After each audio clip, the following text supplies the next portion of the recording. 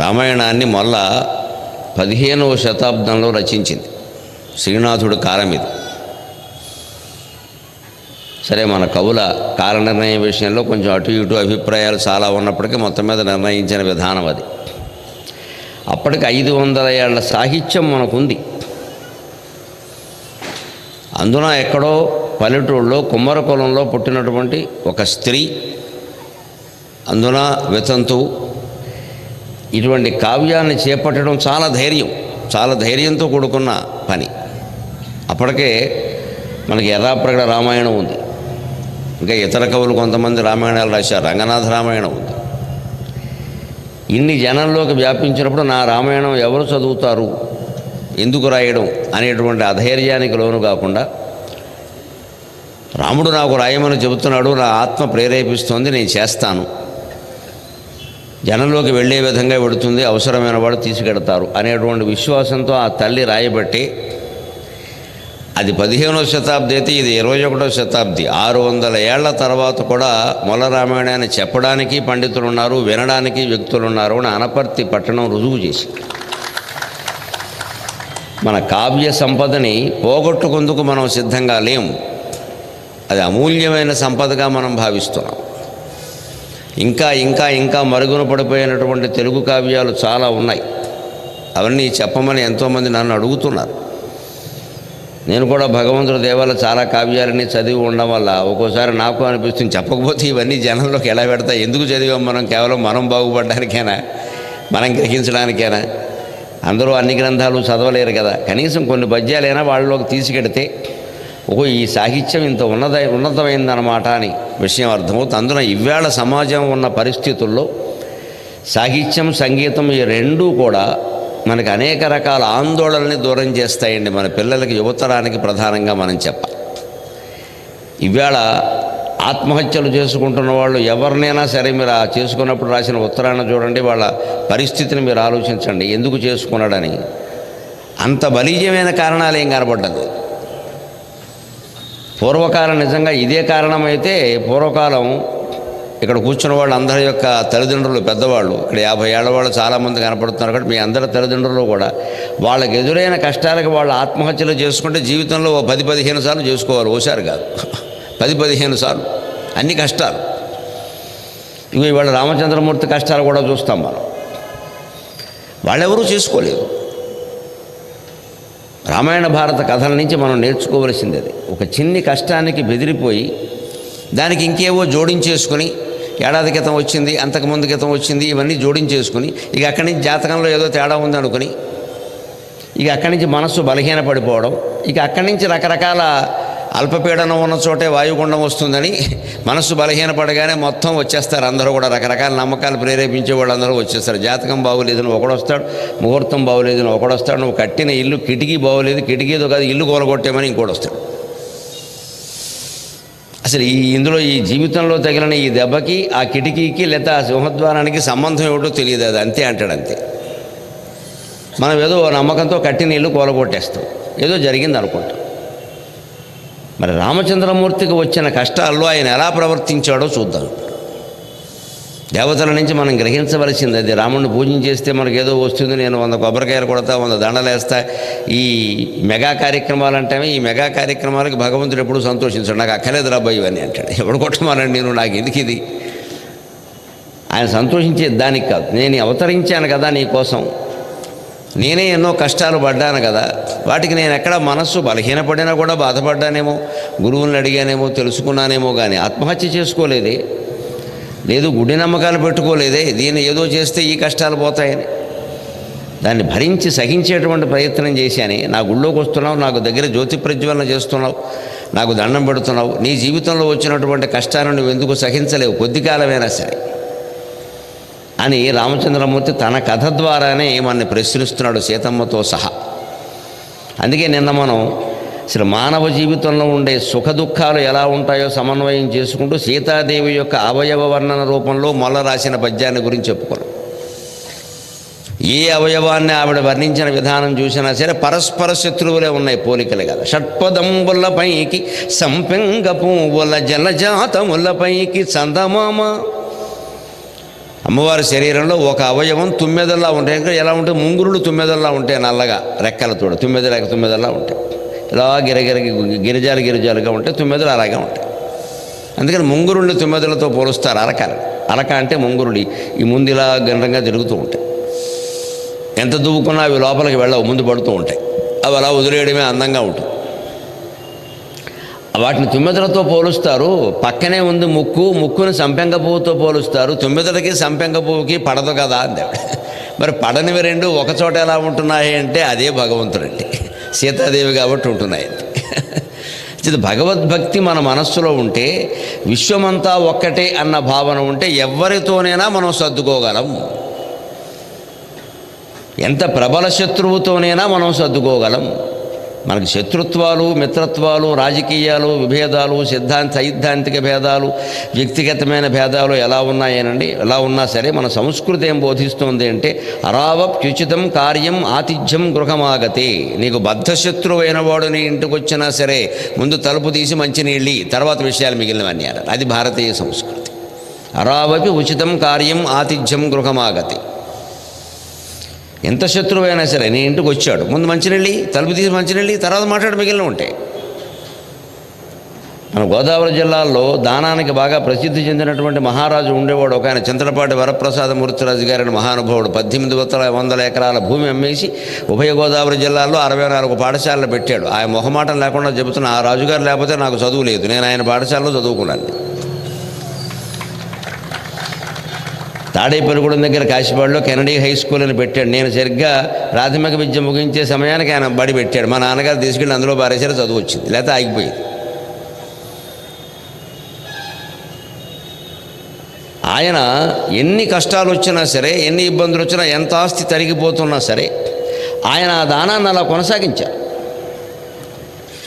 అలాగే చేసుకుంటూ వెళ్ళారు. పరస్పర వైరాలను కూడా జీవితంలో భరించారు. ఆయన తాడేపల్లిగూడెం నియోజకవర్గంలోనో మరి ఎక్కడో కానీ ఎన్నికల్లో పాల్గొన్నప్పుడు ఒక చిత్రం జరిగింది. ఈ మన సంస్కృతి యొక్క ఔన్నత్యం. ఆయనకి వ్యతిరేకంగా ఎవరో వేరే పార్టీ తరఫున ఎవరో నిలబడ్డారు. ఈయన ఎంత ధైర్యం కలిగిన వాడంటే, తన తరఫుని, తన పార్టీ తరఫున తన కోసం ప్రచారం చేస్తున్న వాళ్ళని ఒక 100 మందిని తీసుకుని ఆయన ఇంటికి వెళ్ళాడు. అవతల వ్యక్తి ఇంటికి వెళ్ళాడు. ఇంటికి వెళ్ళి తలుపు తీసుకుని ఆయన కూడా ఇలా చూస్తున్నాడు. ఆయన విచిత్రంగా లోపలికి వెళ్ళిపోయాడు. వాళ్ళ ఆవిడని పిలిచాడు, రామ్మా, ఇగో 100 మంది వచ్చారమ్మా, మీ ఊరు వచ్చారు, ఎందుకోసం వస్తే నీకెందుకు, ఇల్లాలేవు కదా, వండి పెట్టాలి కదా, పెట్టేయన్నాడు. ఆశ్చర్యకరంగా ఇల్లాలు వండి పెట్టేసింది. ప్రత్యర్థి పార్టీ వర్కర్లకు 100 మందికి ఆవిడ భోజనాలు పెట్టింది. జయహో భారతీయ సంస్కృతి. ఇది మనం పాటించవలసింది. అసలు ఆ వ్యతిరేకంగా ఎన్నికల్లో పోటీ చేసేవాడు అలా ఆదరిస్తాడని ఈయన అనుకోవడం ఏంటి? నేను విన్న పేరు మరి పొరపాటు ఒట్టి పార్థసారథి గారని విన్నాను. అవతల వ్యక్తి ఆయన పోటీ చేశారని, ఆయన ఎంత సౌజన్యం, ఆవిడెంత సౌజన్యం, ఈయనకెంత ధైర్యం అసలు ఆ ఇంటికి వెళ్ళడానికి, ఆయనకి వ్యతిరేకంగా పోటీ చేస్తూ. అక్కడికి వెళ్ళాక ఆయన చూసి ఆశ్చర్యపోతున్నా, ఏంట్రా నీకు నాకు పోటీ ఉంటే ఉండొచ్చు, అన్నం పెట్టడానికి ఏంట్రా, అన్నం పెట్టవా నాకు, ఏమో నువ్వు పెట్టవా అని అడిగట్టు భార్య. అయ్యో ఎందుకు పెట్టండి బాబు, మీరు మా తండ్రి లాంటి వారు, రెండంటే నాకు కదమ్మా, నాతో కూడా 100 మంది వచ్చారు, మరి అలాగా పెట్టానట్టు. వాళ్ళ ఊళ్ళో ప్రచారమా, ఈయన కోసం ఈయన ప్రచారమా, వాళ్ళ ఇంటికి వెళ్ళి భోజనం చేయడమా, ఈయనకెంత ధైర్యం ఉండాలి, ఆయనకెంత ఔదార్యం ఉండాలి. ఇది భారతీయ సంస్కృతి. అందున గర్వంగా చెబుతున్న గోదావరి జిల్లాల సంస్కృతి. ఇది గోదావరి జిల్లాల సంస్కృతి. గోదావరి తన నీళ్లను ఎలా ఉపయోగించుకున్నా ఏమీ అనదు. దేవుడు అభిషేకానికి ఉపయోగించుకునే వాళ్ళు ఉన్నారు, సాగునీరు తాగునీరుగా ఉపయోగించుకునే వాళ్ళు ఉన్నారు, రకరకాల ప్రయోజనాలకు ఉపయోగించుకునే వాళ్ళు ఉన్నారు. గోదావరి వాడి మీద కోపంతో ప్రవహించడం మానేసిందా? నా నీళ్లతో వంకర పని చేస్తావా అని మానేసిందే. ఎంతోమంది సాగునీటికి తాగునీటికి వాడుకుంటున్నప్పుడు, ఎంతోమంది పవిత్ర అభిషేకాలకు కూడా వాడుకుంటున్నప్పుడు, ఒకరిద్దరెవరో వంకర పనులు చేశారని నేను ప్రవహించడం ఎందుకు మానేయాలని గోదావరి అనుకోవటంలా జీవితం కూడా అంతే. మనం అలాగే అనుకోవాలి. ఎవరో ఒకరిద్దరు మనకు అపకారాలు చేయొచ్చు, వాళ్ళ మీద కోపంతో లోకానికి చేసే ఉపకారం మానేస్తామో మనం. ఎందుకంటే సృష్టిలోనే పరస్పర వైరుధ్యాలు ఉన్నాయి. తుమ్మెదలతో కంటి చూపుని పోలుస్తారు, ముంగురుణ్ణి పోలుస్తారు, ముక్కుని నా సంపెంగ పువ్వుతో పోలుస్తారు. రెండు పక్క పక్కనే ఉన్నాయి కదా. జలజాతములపైకి చందమామ, కళ్ళని పద్మాలతో పోలుస్తారు, చేతుల్ని పద్మాలతో పోలుస్తారు, ముఖాన్ని చంద్రుడితో పోలుస్తారు. పద్మాలకి చంద్రుడికి పడదు. మరి అమ్మవారి చేతులేమో పద్మాల్లో ఉన్నాయి, ముఖమేమో చందమామలో ఉంది. అన్నీ ఆవిడ చేతుల్లోనే ఉన్నాయి, ఆవిడ శరీరంలోనే. ఈ పరస్పర విరోధులను కూడా ఆవిడ శరీరంలో అట్టిపెట్టుకుని అవయవ రూపంలో ఎందుకు తనను తాను అలంకరించుకుంది అంటే సృష్టి మొత్తం విరోధాలతోనే ఉంటుంది. ద్వంద్వాలు అంటారు వీటినే, వేదాంత శాస్త్రంలో ద్వంద్వాలు అంటారు. ద్వంద్వం అంటే జంట, శీతోష్ణాలు ఒక ద్వంద్వం, చలి వేడి. ఇప్పటి వరకు చలి అనుభవిస్తున్నాం మనం. రేపు సంక్రాంతి పండుగకి ఏమవుతుందో తెలుసా? సంక్రాంతికి సంకల్లో చేతులు అంటారు, శివరాత్రికి శివ అంటారు. ఆ సామెత చూడండి. సరిగ్గా చలి ఎప్పుడు ప్రవేశిస్తుందో కూడా చెప్పాడు కావ్యాల్లో. చలి ప్రవేశించున ఆగుల చవితి నాడు మెరయు వేసవి రథసప్తమి దినమున. నాగుల చవితితో చలి మొదలవుతుంది దీపావళి తర్వాత. సరిగ్గా నాగుల చవితి నాడు చలి ప్రవేశిస్తుంది, తేదీ ఇది. అంతేకాదు రేపు రథసప్తమి వస్తుంది. మెరయు వేసవి రథసప్తమి దినమున. రథసప్తమి నుంచి వేసవి మొదలవుతుంది. అంతకుముందు కూడా కొద్దిగా వేడిగా ఉండదు, కానీ వేసవి అనడానికి వెళ్ళొద్దని. అది వాత్సవి, అదొక రుచి అంతే. తర్వాత వేసవి. ఈ చలి ఇలా ఉంది. రేపు సంక్రాంతికి ఏమవుతుంది? కాస్త సంకల్లో చేతులు పెట్టుకుంటాం, భోగిమంటలు వేసుకుంటాం. తెల్లారగట్ట లేవడానికి బద్ధకమైన సరే భోగిమంట గురించి లేస్తాం, ఆ వేడి గురించి. అందుకే అప్పుడు పెట్టారు భోగిమంట, వేసవకాలంలో పెట్టలేదు. వేసవకాలంలో భోగిమంటలు కూడా పెడితే అంటుకుంటాయి మొత్తం అని. చలికాలంలో పెట్టారు. ప్రజలు లేవాలంటే మంట ఉండాలి, లేకపోతే లేవరు. కడుపులో మంట ఉన్నా సరే దుఃఖం ఉన్న వాళ్ళు గమనించండి. మీరు లేచే కూర్చుంటారు, పడుకోరు. ఇంకా దుఃఖం ఉందిగా, దుఃఖాగ్ని ఉన్నా అంతే, అసలాగ్ని ఉన్నా అంతే, పడుకోలేరు, లేచి కూర్చుంటారు. అంతే తాత్పర్యం. అది మళ్ళీ శివరాత్రి వచ్చేసరికి శివసభ వెళ్ళిపోతుందిట. శివరాత్రికి చలి ఉండదు. ఎందుకంటే శివరాత్రికి చలి ఉంటే జాగారం చేయలేము. భగవంతుడు చేసిన ఏర్పాటు చూడండి. జాగారం చేయలేము, తెల్లవాళ్ళు మెలుగుగా ఉండాలి, చల్లే ఉడుకొస్తుంటాడు. అప్పటికి వేసవకాలం వచ్చేస్తుంది. పర్వాలేదు, కాస్త గాలి ఇస్తుంది అనుకుంటాం. ఇలాగ ఎప్పుడు జీవితంలో శీతోష్ణాలు, సుఖదుఖాలు, మానావమానాలు, జయాపజయాలు, లాభ నష్టాలు అన్నీ ఉంటాయి. వీటిని శరీరంలో అవయవాలుగా భావించండి. ముక్కుకి మూతి శత్రువని, చెవికి కన్ను శత్రువని చెవో కన్నో తెగొట్టేసుకున్నామా? లేదు కదా. అందుకే ఇక్కడ మొల్ల అవయవాలన్నింటినీ రకరకాల వస్తువులతో పోలుస్తూ ఇవన్నీ పరస్పర విరోధంతో ఉన్నాయి, శత్రుత్వంతో. పాదాలు చిగురాకుల్లా ఉన్నాయి, అమ్మవారి పలుకు కోకిలలా ఉంది. కోకిల చిగురాకుల్ని మింగేస్తుంది కదా, అంచేత పాదాలని పలుకు మింగేసింది అంటే అమ్మవారు బతకాలా వద్దా? కానీ ఆవిడ బాగానే ఉంది కదా. మన జీవితంలో కూడా, మన బంధువర్గంలో కూడా, మన ఇంట్లో కూడా, మనం పనిచేసే చోట కూడా శత్రువులు ఉంటారు, మిత్రులు ఉంటారు, అందరూ ఉంటారు. మనం ఎవరితో ఎలా ఉండాలో నేర్చుకోవాలి. శత్రువుతో కూడా, ఒక్కోసారి ప్రమాదకరమైన వ్యక్తితో కూడా కలిసి పనిచేయక తప్పదు. కలిసి పని చేయడం ఏమిటండి?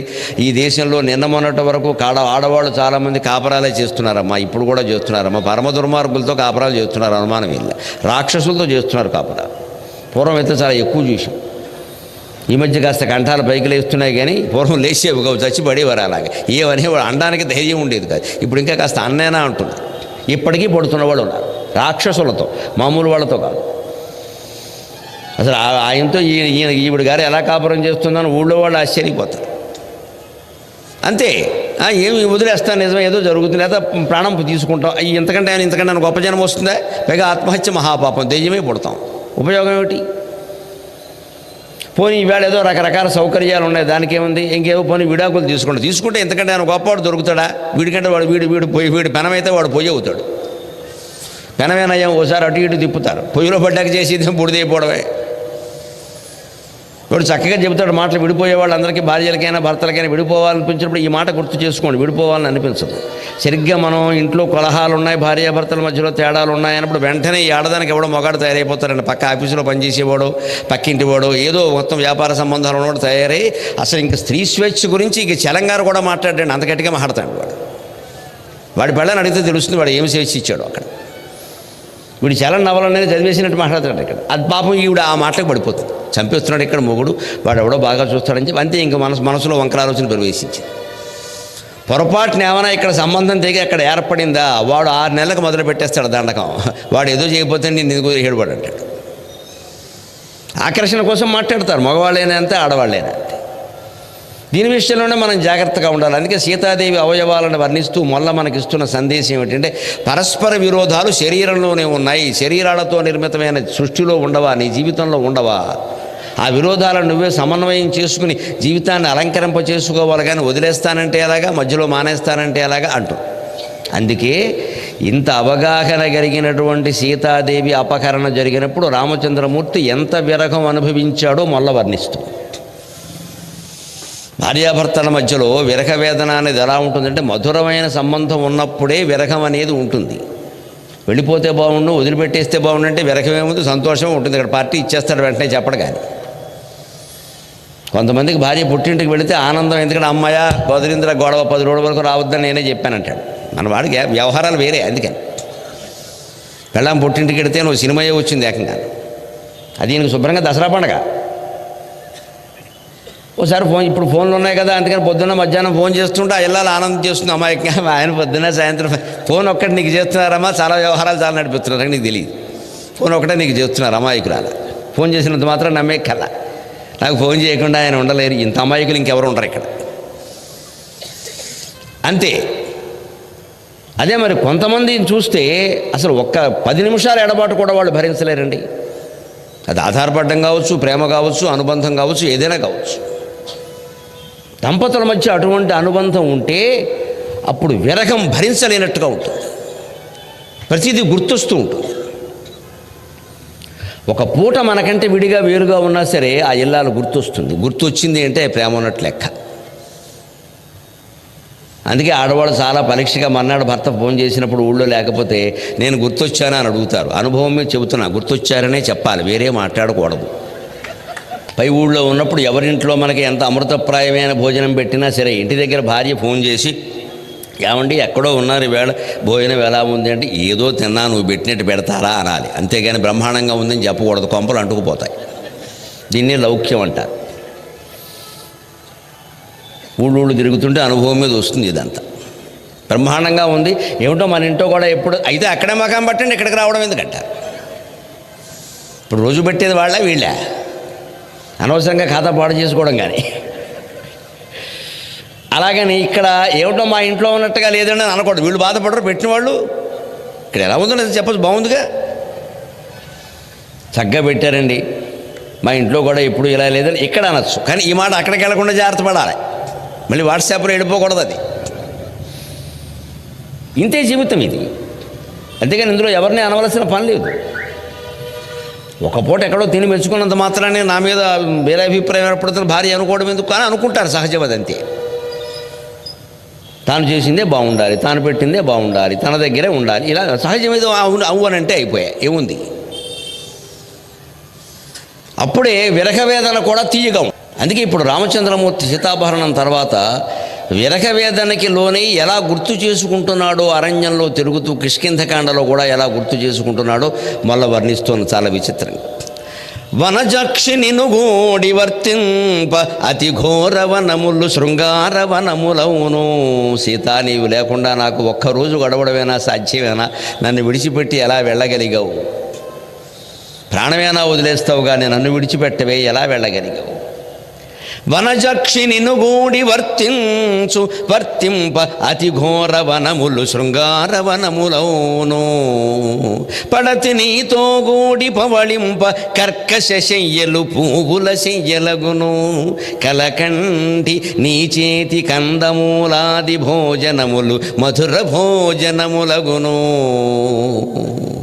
హరి మధ్య నినుగోడి చెరియించునటువంటి తపములు సత్పుణ్య తపములగును. కెరలి నీ తోడగోడి భోగించినట్టి భోగమంతయు దేవేంద్ర భోగమగును. సుదతి పొడగట్టగదె నాకు చూడవలయు కన్నులకు కానబడవేమి కమలనయన. కన్నులకు కానబడవేమి కమలనయన. కాపురాలు ఆనందంగా ఉండాలంటే భావాలు ఎలా ఉండాలి, ప్రవర్తన ఎలా ఉండాలి, వ్యవహారం ఎలా ఉండాలి, ఆడామొగం అందరం నేర్చుకోవలసిన విషయం ఇది. కావ్యాల నుంచి మనం నేర్చుకోవాలి. కావ్యం ఎందుకోసం చదువుతాం, పురాణం ఎందుకోసం వింటామంటే పుణ్యం కోసం కాదమ్మా. చెవిలో పువ్వెట్టుకుని వెళ్ళిపోవడానికి. ఈ కథ విన్నాకే నాకు పిల్లలు పుట్టారు, నీకు పిల్లలు పుట్టడానికి నా ప్రవచనానికి సంబంధం లేదు. దయచేసి అపార్థాలు చేసుకోవచ్చు. ప్రవచనాలు వింటే పిల్లలు పుట్టారు, గుళ్ళోకి వెడితే పిల్లలు పుట్టరు, చెట్లు చుట్టూ తిరిగితే పిల్లలు పుట్టరు. దానికి దీనికి సంబంధం లేదు. ఈ పిచ్చి నమ్మకాలు పెంచుకోబడి మనం అవే చేస్తాం అక్కడ. అసలు పిల్లలు పుట్టడం అనేది అంత పెద్ద విషయం కాదు. ముందు ఆ విషయం వదిలేయాలి. పిల్లలు పుట్టిన వాళ్ళందరూ సుఖంగా ఉన్నారా? పుట్టిన పిల్లల్ని పెంచి పెద్ద చేయిద్దా? వారి దేశానికో ధర్మానికో కనీసం మన కుటుంబానికో ఉపయోగపడద్దా? ఊరికే స్వార్థపరులుగా మిగిలి ఉపయోగం ఏమిటి ఇక్కడ? వీళ్ళ మనం కనే దీనికోసమా చెట్ల చుట్టూ పుట్ల చుట్టూ తిరిగేది? అందుకోసం కాదండి. అసలు ఏది లేకపోయినా బాధపడకుండా ఉండడమే తత్వం. అటువంటి పిల్లలు లేకపోతే మాత్రం బాధ చేయడానికి పిల్లలు లేని వాళ్ళు నా దృష్టిలో దేవతల కింద కిందకి దేవతల వరకు పిల్లలు లేరు. మీరు లెక్క చూసుకోండి. దేవతలు ఏ ఒక్క దేవతకి పిల్లలు లేరు. ఎందుకుంటారో తెలుసా? ఉన్నవాళ్ళు ఎవరు వాళ్ళు కాదు, కడుపున పుట్టిన సంతానం కాదు, సంకల్పం వల్ల పుట్టిన వాళ్ళే.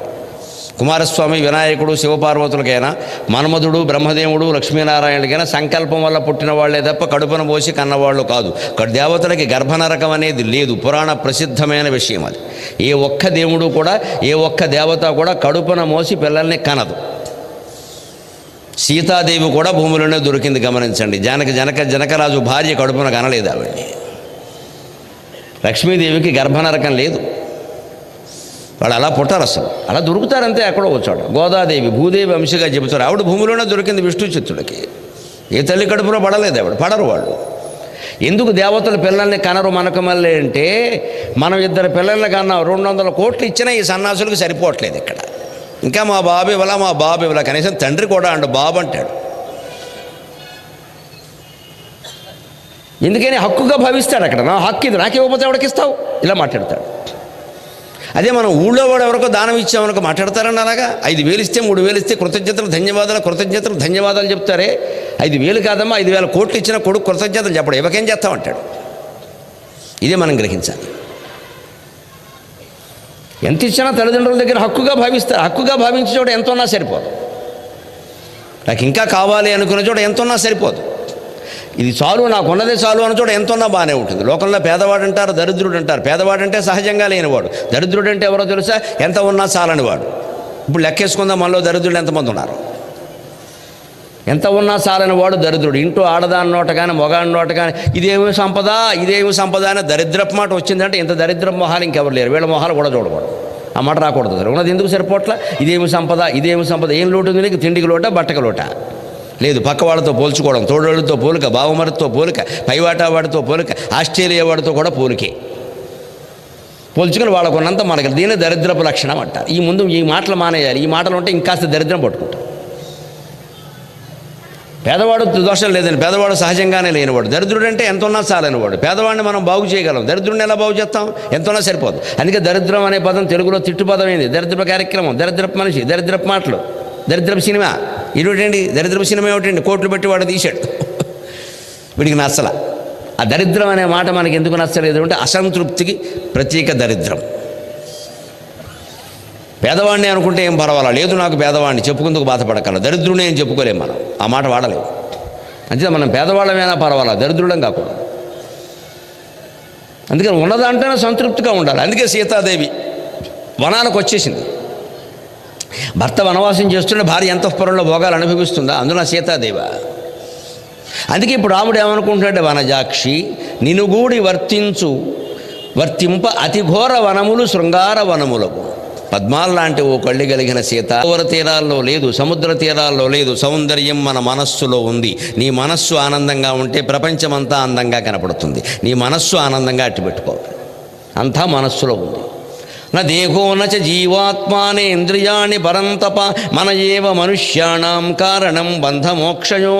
దేవీ భాగవతం ప్రథమ స్కంధంలోనే చెబుతారు ఈ విషయాన్ని. మనిషి దుఃఖం అనుభవించడానికైనా, సుఖం అనుభవించడానికైనా, బంధాల్లో పడ్డా అని ఏడవడానికైనా, స్వేచ్ఛగా ఉన్నాను అని ఆనందంగా ఉండడానికైనా మనస్సే కారణం. నా దేహం కారణం కాదు. నచ జీవాత్మ కారణం కాదు. నే ఇంద్రియాణి పరంతప ఇంద్రియాలు కూడా కారణం కాదు. కేవలం మనస్సే కారణం. మనం నిరంతరం ఆ మనస్సును పరిశీలించుకుంటూ ఉండాలి. అది ఒక్కటే మనకి చేతకాంది, ఇష్టం లేనిది. ఎందుకు ఇష్టం కాదో తెలుసా? పరిశీలించేది మనస్సే, పరిశీలింపబడేది మనస్సే. అందుకని మనస్సుకి పరిశీలింపబడ్డం అనేది ఇష్టం ఉండదు, ఒప్పుకోదు. అది వెంటనే తిరగబడుతూ ఉంటుంది. నీకే అంటుంది వెంటనే. రెండో ఆలోచన వచ్చేస్తుంది అక్కడి నుంచి. ఆ మనస్సునే కాస్త పగ్గాలు బట్టి పట్టుకుని మనం ప్రగ్రహో నిగ్రహో వ్యగ్రహనైక శృంగో గదాగ్రజగ అని విష్ణు సహస్రంలో చెబుతారే. ఆ 3 నామాలు మనోనిగ్రహానికి సంబంధించినవి. ప్రగ్రహో నిగ్రహో వ్యగ్రహ. ప్రగ్రహ అంటే పగ్గాలు పట్టుకో, నిగ్రహక బాగా గట్టిగా పట్టుకో, వ్యగ్రహ ఏకాగ్రంగా భగవన్నామం మీద దృష్టి పెట్టు. ఆ నామాల అర్థం అది. ప్రగ్రహో నిగ్రహో వ్యగ్రహ నైక శృంగో గదాగ్రజక. ఊరికే నామాలు చదువుకుంటూ పోవడం, 100 మంది కూర్చుని చదివాం, 1000 మంది కూర్చుని చదివాం, అందరికీ ప్రసాదాలు పెట్టాం, మాతో పాటు స్వామీజీ కూడా వచ్చారు, అందరూ వస్తారమ్మా, శ్రీ మహావిష్ణువు రాడు, మిగిలిన వాళ్ళు అందరూ వస్తారు. ఉపయోగం ఏంటి? ఆయన మనం వేదిక మీద కాడు, మన మనసులో కూడా రాడు. అన్నిసార్లు చదవడం, ఇన్నిసార్లు చదవడం, ఒక 1000 మంది కలిసి చదవడం, ఈ మెగా ప్రోగ్రాములు కాదండి. చిత్తశుద్ధిగా చదివామా, దాని అర్థం తెలిసా, ఏమైనా ఆచరించామా, లేని దానికి దేనికి పారాయణలండి. అప్పుడు ఇది అర్థమవుతుంది. మనస్సును నిగ్రహించుకోవాలి. నిగ్రహించుకుంటే మనస్సు ఎలా ఉంటుంది? మనస్సులోనే అందం, ఆనందం అన్నీ ఉన్నాయి కాబట్టి భార్యాభర్తల మధ్యలో ఇద్దరికీ అన్యోన్యం అనేది ఉన్నప్పుడు, అది పూరిపాకైతే పెద్ద మేడ అయితే, అన్యోన్యం లేనప్పుడు మేడ అయినా ఉపయోగం లేదు, అన్యోన్యం ఉన్నప్పుడు పూరిపాకైనా పర్వాలేదు. అంచేది ఆ అన్యోన్యంగా ఉండడం ఎలాగా అనేది మనం ఆలోచించాలి తప్ప, ఏమిటో ఇంత చిన్నింట్లో ఏముంటాం, మా పుట్టింట్లో బోళ్ళు ఇల్లు ఉండేది, ఉంటే ఏం చేస్తావమ్మా, ఊడ్చుకుంటూ కూర్చుంటావా? ఇక్కడ ఇల్లు తగ్గింది, సంతోషించరాదా? ఊడ్చుకోవడం తక్కువ. పని మనిషి మానేసినా గొడవ లేదు, మనం ఓ చీపురు వేసేయచ్చు. 16 గదులు ఉంటే చీపురు ఎక్కడేస్తాం? పైగా ఇప్పుడు చీపుళ్ళు వేయడానికి వీళ్ళు లేకుండా ప్రతి వాళ్ళ పడక గదుల్లోనూ పెద్ద మంచాలు ఉన్నాయి, ఎప్పుడూ వాళ్ళు చేసే ఉంటాయి, రోగిష్టి మంచాలలాగా. డబుల్ కాట్ బెడ్ అని 6x6, 7x7, మొగుడు ఇంటూ పెళ్ళాం అలాగే ఉంటాయి. ఇటు వెళ్ళడానికి చోట్లేదు, అటు వెళ్ళడానికి చోట్లేదు. ఒకవేళ అడిగెడదామంటే పెద్ద బీరువా ప్రత్యక్షం అక్కడ, అది తీస్తే మంచం కదపాల్సిందే. ఆ బీరువా ఒక పెద్ద అద్దం, అక్కడికి వెళ్ళి బొట్టెట్టుకుందుకు కూడా వీలేదు, ఎందుకంటే మంచం అడ్డంగా ఉంది. ఆ అద్దం ఎందుకంటే అది అందుకే, ఏది ఎందుకో తెలియదు, మనం ఎందుకో అదే అందుకే. అన్నీ నిరర్థకమే, డబ్బెట్టు కొనుక్కున్నాం అంతే. ఇదివరకైతే శుభ్రంగా నవారు మంచాలు, మడత మంచాలు ఉండేవి, రాత్రిపూట వేసుకునేవారు, పగలు ఎత్తీసేవారు, పగలు శుభ్రంగా తువ్వాళ్ళు పంచులు ఆరేసేవారు. ఇంకా మొత్తం మల్టీపర్పస్ బహుళార్థ సాధక ప్రాజెక్ట్ అది. ఓ చిన్న గదిలో 10 మంది బతికేవారు, చిన్న గదిలో ఒక్కటే పడగ్గది. ఇదివరకు ఎప్పుడు పెద్ద పెద్ద పెంకుటిళ్ళు ఉన్నప్పుడు ఒక్కటే పడగ్గది, ఆ దంపతుల కోసమే. అది కూడా కొత్త దంపతులు పెళ్ళి అయిన వాళ్ళు ఉంటే వాళ్ళకు వదిలేసేవారు, వీళ్ళు బయట పడుకునేవారు. పరవటిల్లు అని ఉండేది పెద్ద హాల్లాగా, అందులో పడుకునేవాళ్ళు 10 మంది, అందరికీ అక్కడే. మంచాలు వాల్చేవారు, పగలల్లా ఎత్తేసేవాళ్ళు. ఆ మంచాల మీద తువ్వాళ్ళు, చీరలు, బనీళ్ళు అన్నీ ఆరేసేవారు. అక్కడే కూర్చొని కింద భోజనాలు చేసేవారు. రాత్రి శుభ్రంగా నీళ్ళు కడిగేసుకునేవాళ్ళు, తుడి చేసేవాళ్ళు, మళ్ళీ మంచాలు వేసుకునేవాళ్ళు, శుభ్రంగా గడిపేశారు. ఇవాళ మొత్తం అందరికీ ఆ రూము ఈ రూమ్ అని కట్టాం, ఇద్దరికి తప్పితే ఆ రూమ్ సరిపోదు. కొడుకు కోళ్ళు వస్తే సరే, రెండో కొడుకు కోళ్ళు వస్తే ఏం చేయాలో తెలియదు, హోటల్ రూమ్ బుక్ చేయాల్సిందే. ఇళ్ళు మాత్రం చాలా పెద్దవిగా ఉన్నాయి. మొత్తం 1500 ఎస్ఎఫ్టీ, 15,000 ఎస్ఎఫ్టీ అలాగే ఉంది ఇక్కడ. మొత్తం ఎస్ఎఫ్టీలకు లోటేం లేదు. కానీ మనకేం ఉపయోగపడదు ఎస్ఎఫ్టీ, డబ్బులు కట్టుకోవడానికే. మనస్సులు ఇరుకుగా ఉన్నప్పుడు అండి, ఇళ్ళు ఎంత విశాలంగా ఉన్నా ప్రయోజనం లేదు. అందుకే రామచంద్రమూర్తి ఏమనుకుంటుంటే, నువ్వు నాతో ఉంటే ఇదంతా శృంగారవనం కదా, మామూలు దండకారణ్యం ఎందుకు అవుతుంది? ఇది నువ్వు లేకపోబట్టి ఇది నాకు దండకారణ్యం అని ఇప్పుడు అర్థమవుతుంది. అంచేత సుఖ దుఃఖాలనేవి మన మనస్సులో ఉన్నాయి కానీ ప్రదేశాలలోనూ, ప్రాంతాలలోనూ, ఆస్తులలోనూ, అంతస్తుల్లోనూ లేవు. ఇది గమనించగలిగితే మన అంతరంగం ప్రశాంతంగా ఉంటుంది, ఎప్పుడూ ఆనందంగా ఉంటాం, ఎక్కడ ఉన్నా ఆనందంగా ఉంటాం. అది సారాంశం, కేవలం విరక వేదన కాదు. పడతి నీతో గూడి పవళింప కర్కశ శయ్యలు పువ్వుల శయ్యలగును. నీతో గూడి శయనిస్తే బండరాతి మీద పడుకున్నా సరే పువ్వుల పక్కలా ఉంటుంది సీత. నాకెందుకో ఇప్పుడు నిద్ర పట్టట్లేదు, బండరాయి కావడం వల్ల కాదు, నువ్వు లేకపోవడం వల్ల. ఆవిడ ఉన్నప్పుడు అరణ్యంలో బండరాతి మీదే పడుకున్నాడు ఆయన. అక్కడేం పువ్వుల పక్కన ఎక్కడి నుంచి వస్తాయండి అరణ్యంలో? పరుపులవి ఎక్కడి నుంచి వస్తాయి? ఏం లేవు. ఆవిడ ఉన్నప్పుడు బండరాతి మీదే పడుకున్నాడు ఆయన. కానీ ఆవిడ తోడుగా ఉండడం వల్ల ఆనందంగా అనిపించింది. ఇంకో విషయం కూడా చెప్పాలి ఇక్కడ. సీతారాములు 14 ఏళ్ళు బ్రహ్మచర్యం పాటించారండి. పొరపాటున కూడా వారి మధ్య శారీరక సంపర్కం లేదు. ఉంటే పిల్లలు అప్పుడే పుట్టేవాడు. 14 ఏళ్ళు బ్రహ్మచర్యం పాటించారమ్మ వనవాసంలో. అదొక దీక్ష. సీతకు కానీ రాముడికి కానీ ప్రేమ ప్రేమలాగే ఉంది, సరసం సరసంలాగే ఉంది. పొరపాటును కూడా కామవాంఛ కలగలేదు. ఎందుకో తెలుసా? భార్యకు దూరంగా లక్ష్మణుడు అక్కడ ఉన్నాడు, బిడ్డ లాంటి వాడు. ఆయన ముందు వీరు రకరకాలుగా ఉంటే అతనికి ఎలా అనిపిస్తుంది? అలా ఉండకూడదు. ఇంట్లో ఉన్న దంపతులు కూడా ఎదిగిన పిల్లలు ఉన్నారు అంటే ఇటువంటి ప్రక్రియలు పెట్టుకోకూడదు. ఇంకా ఎదిగిన పిల్లలు ఎదురుగా తలుపు పడింది అంటే వాడికి అనుమానాలు వస్తాయి రకరకాలుగా. చాలా జాగ్రత్తగా ఉండాలి ఆ విషయం. ఈ వయసులోనే వీళ్ళు ఇంకా ఎలా ఉన్నారు, మనం ఉంటే తప్పే ఉంటారు అనుకుంటాడు. అందులో పెళ్లి కాని పిల్లల దగ్గర అసలు పనికిరాదు. పెళ్ళైన దంపతులు ఉంటే వేరే విషయం, అది వారో గదిలో ఉంటారు, వీరో గదిలో ఉంటారు. కానీ పెళ్లి కాని పిల్లలు, ఎదుగుతున్న ఆడపిల్లలు, మగపిల్లలు ఇంట్లో ఉన్నారంటే దంపతుల పొరపాటును కూడా శరీరాలు దగ్గర అవుతున్నట్టుగా వాళ్ళకి కనపడకూడదు. అలాగని సరసము, ప్రేమ, చమత్కారము మానక్కల హాయిగా భుజం మీద చేసి మాట్లాడచ్చు. కొడుకు కోళ్ళు నేర్చుకుంటారు ఎలా ఉండాలి. మా నాన్నగారికి 60 ఏళ్ళు వచ్చినా మా అమ్మతో ఎప్పుడు చనువుగా భుజం మీద చేసి మాడతారు. సరసంగా మా అమ్మని ఏదో అంటూ ఉంటారు, మా అమ్మ కూడా ఏదో ఉంటూ ఉంటుంది. నా కొడుకు నేర్చుకుంటాడు, కోడలు నేర్చుకుంటుంది. సరసం మానక్కర్లేదు, చమత్కారం మానక్కర్లేదు, కానీ శారీరక సంపర్కం మాత్రం పనికిరాదు. సీతారాములే ఉదాహరణ. లక్ష్మణుడికి లేదా సౌఖ్యం, 14 ఏళ్ళు మన కోసం ఇక్కడికి వచ్చేసాడు, అతని ముందు మనం పర్ణశాల తలిపేస్తే ఎలా ఉంటుంది? తప్పు కదా అని 14 ఏళ్ళు బ్రహ్మచర్యం పాటించారు. 14 ఏళ్ళు బ్రహ్మచర్యం పాటించి కూడా ఈయన ఎలా బాధపడుతున్నాడంటే అది నిజమైన ప్రేమ కదా, శారీరక సంబంధం లేని ప్రేమ కదా. రాయప్రోడు సుబ్బారావు గారి భాషలో చెప్పాలంటే భావకవిత్వం ప్రకారం అమలని శృంగారం అంటారు దీన్ని. అమలని శృంగారం, ఏ మాలిన్యము లేని శృంగారం. అందుకని నీతో ఉంటే శృంగారం అనవుతుంది. నువ్వు నీతో కలిసి శయనిస్తే అదే పువ్వుల పక్క అవుతుంది.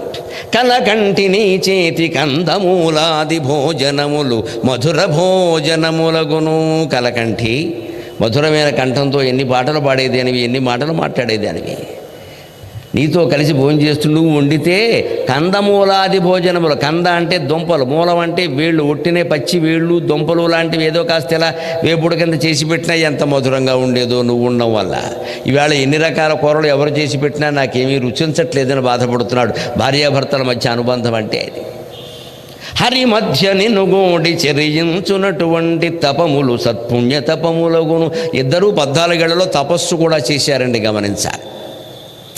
ఇంత తపస్సు చేయడానికి వీళ్ళ వయస్సులు ఏమిటో తెలుసా? సీతాదేవి చెప్పింది, నిన్న మనం చెప్పుకున్నాం. వనవాసానికి బయలుదేరే సమయానికి రాముని వయస్సు 25. 14 ఏళ్ళు వనవాసం చేశారు. 25 + 14 39, 40 ఏళ్ళు వేసుకోండి. సీతాదేవి 7 ఏళ్ళు చిన్నది అనుకున్నాం. వనవాసం ముగిసి రావణాసురుడు అపహరించే సమయానికి సీత వయస్సు 32, రాముడు వయస్సు 42, ఈయన వయస్సు 40. 25, 14, 39 కదా. ఈవిడ వయస్సు 32, ఆయన వయస్సు 39. 40 ఏళ్ళు కూడా నిండలేదు రామచంద్రమూర్తికి. 32 ఏళ్ల వయస్సులో సీతాదేవి ఉండగా అపహరణకు గురైంది. 32, 40 వయస్సులో ఉన్నటువంటి దంపతులు ఎలా ఉంటారండి? వనవాసమైనా జీవనవాసమైనా ఎక్కడా వాళ్ళ మధ్య శృంగార సంబంధం లేదు, లైంగిక బంధం లేదు, మానసిక బంధం తప్ప. కానీ ఆ మానసిక బంధమే ఎలా ఉంది అంటే నీతోటి ఉన్నటువంటి ప్రతి క్షణము గొప్పదే అంటున్నాడు. నీతోటి కలిసి తపస్సు చేశాను నేను, అదే సత్పుణ్య తపము, అంతకంటే గొప్ప తపస్సు ఇప్పుడు నేను చేయలేకపోతున్నాను అన్నాడు. అంటే తపస్సులో కూడా భార్యాభర్తలు జంటగా ఉండి తపస్సు చేయొచ్చు. వానప్రస్థాశ్రమం అంటారు దాన్ని. 60 ఏళ్ళు దాటిన తర్వాత భార్యాభర్తలు కొడుక్కి, కోడలికి లేదా కూతురికి, అల్లుడికి, వారసులకి బాధ్యతలు అప్పగించి ఉద్యోగం, వ్యాపారం అన్నిటి నుంచి తప్పుకుని వానప్రస్థాశ్రమంలో ఉండాలి. వానప్రస్థాశ్రమం అంటే వనానాం సమూహం వానం, అడవుల్లోకి వెళ్ళి ఉండాలి. ఇప్పుడు అడవులు ఎక్కడున్నాయి? మొత్తం అన్నీ కాల్చిపారేశారు, ఎక్కడా అడవులు లేవు. ఇక్కడ అడవుల సంపదలు ఎప్పుడో నశించి, అందుకని ఇప్పుడు ఏం చేయాలి? ఇంట్లోనే అడవిలో ఉన్నట్టుగా ఉండాలి, ఎక్కువ మాట్లాడకుండా. దంపతులు ఊరికే ఇంకా వాళ్ళ నిర్ణయాలు వాళ్ళు. ఏదైనా వచ్చి నాన్నగారు ఏమిటిది, ఇదేదో ఈ డబ్బులు ఏదో ఇవాళ నాకు తెలియట్లేదంటే మంచిదిరా ఇలా చేసుకో అని చెప్పడం వరకే, అంతే.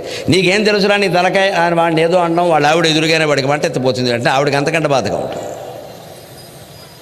అక్కడికి మనకి ఏమిటంటే వాడికి ఏం తెలియదండి అన్నాం, ఎవరన్నా వస్తే తెలియదని కదా మన అహంకారం. ఇక్కడ పెద్దవాళ్ళు కూడా అహంకారాలు ఇవన్నీ. నాకు తప్పితే ఇంకెవరికి ఏం తెలవడానికి వీల్లేదు. ఇక్కడ కొడుకు కోళ్ళు కూడా దద్దమ్మల్ని మనమే చేసేస్తున్నాం.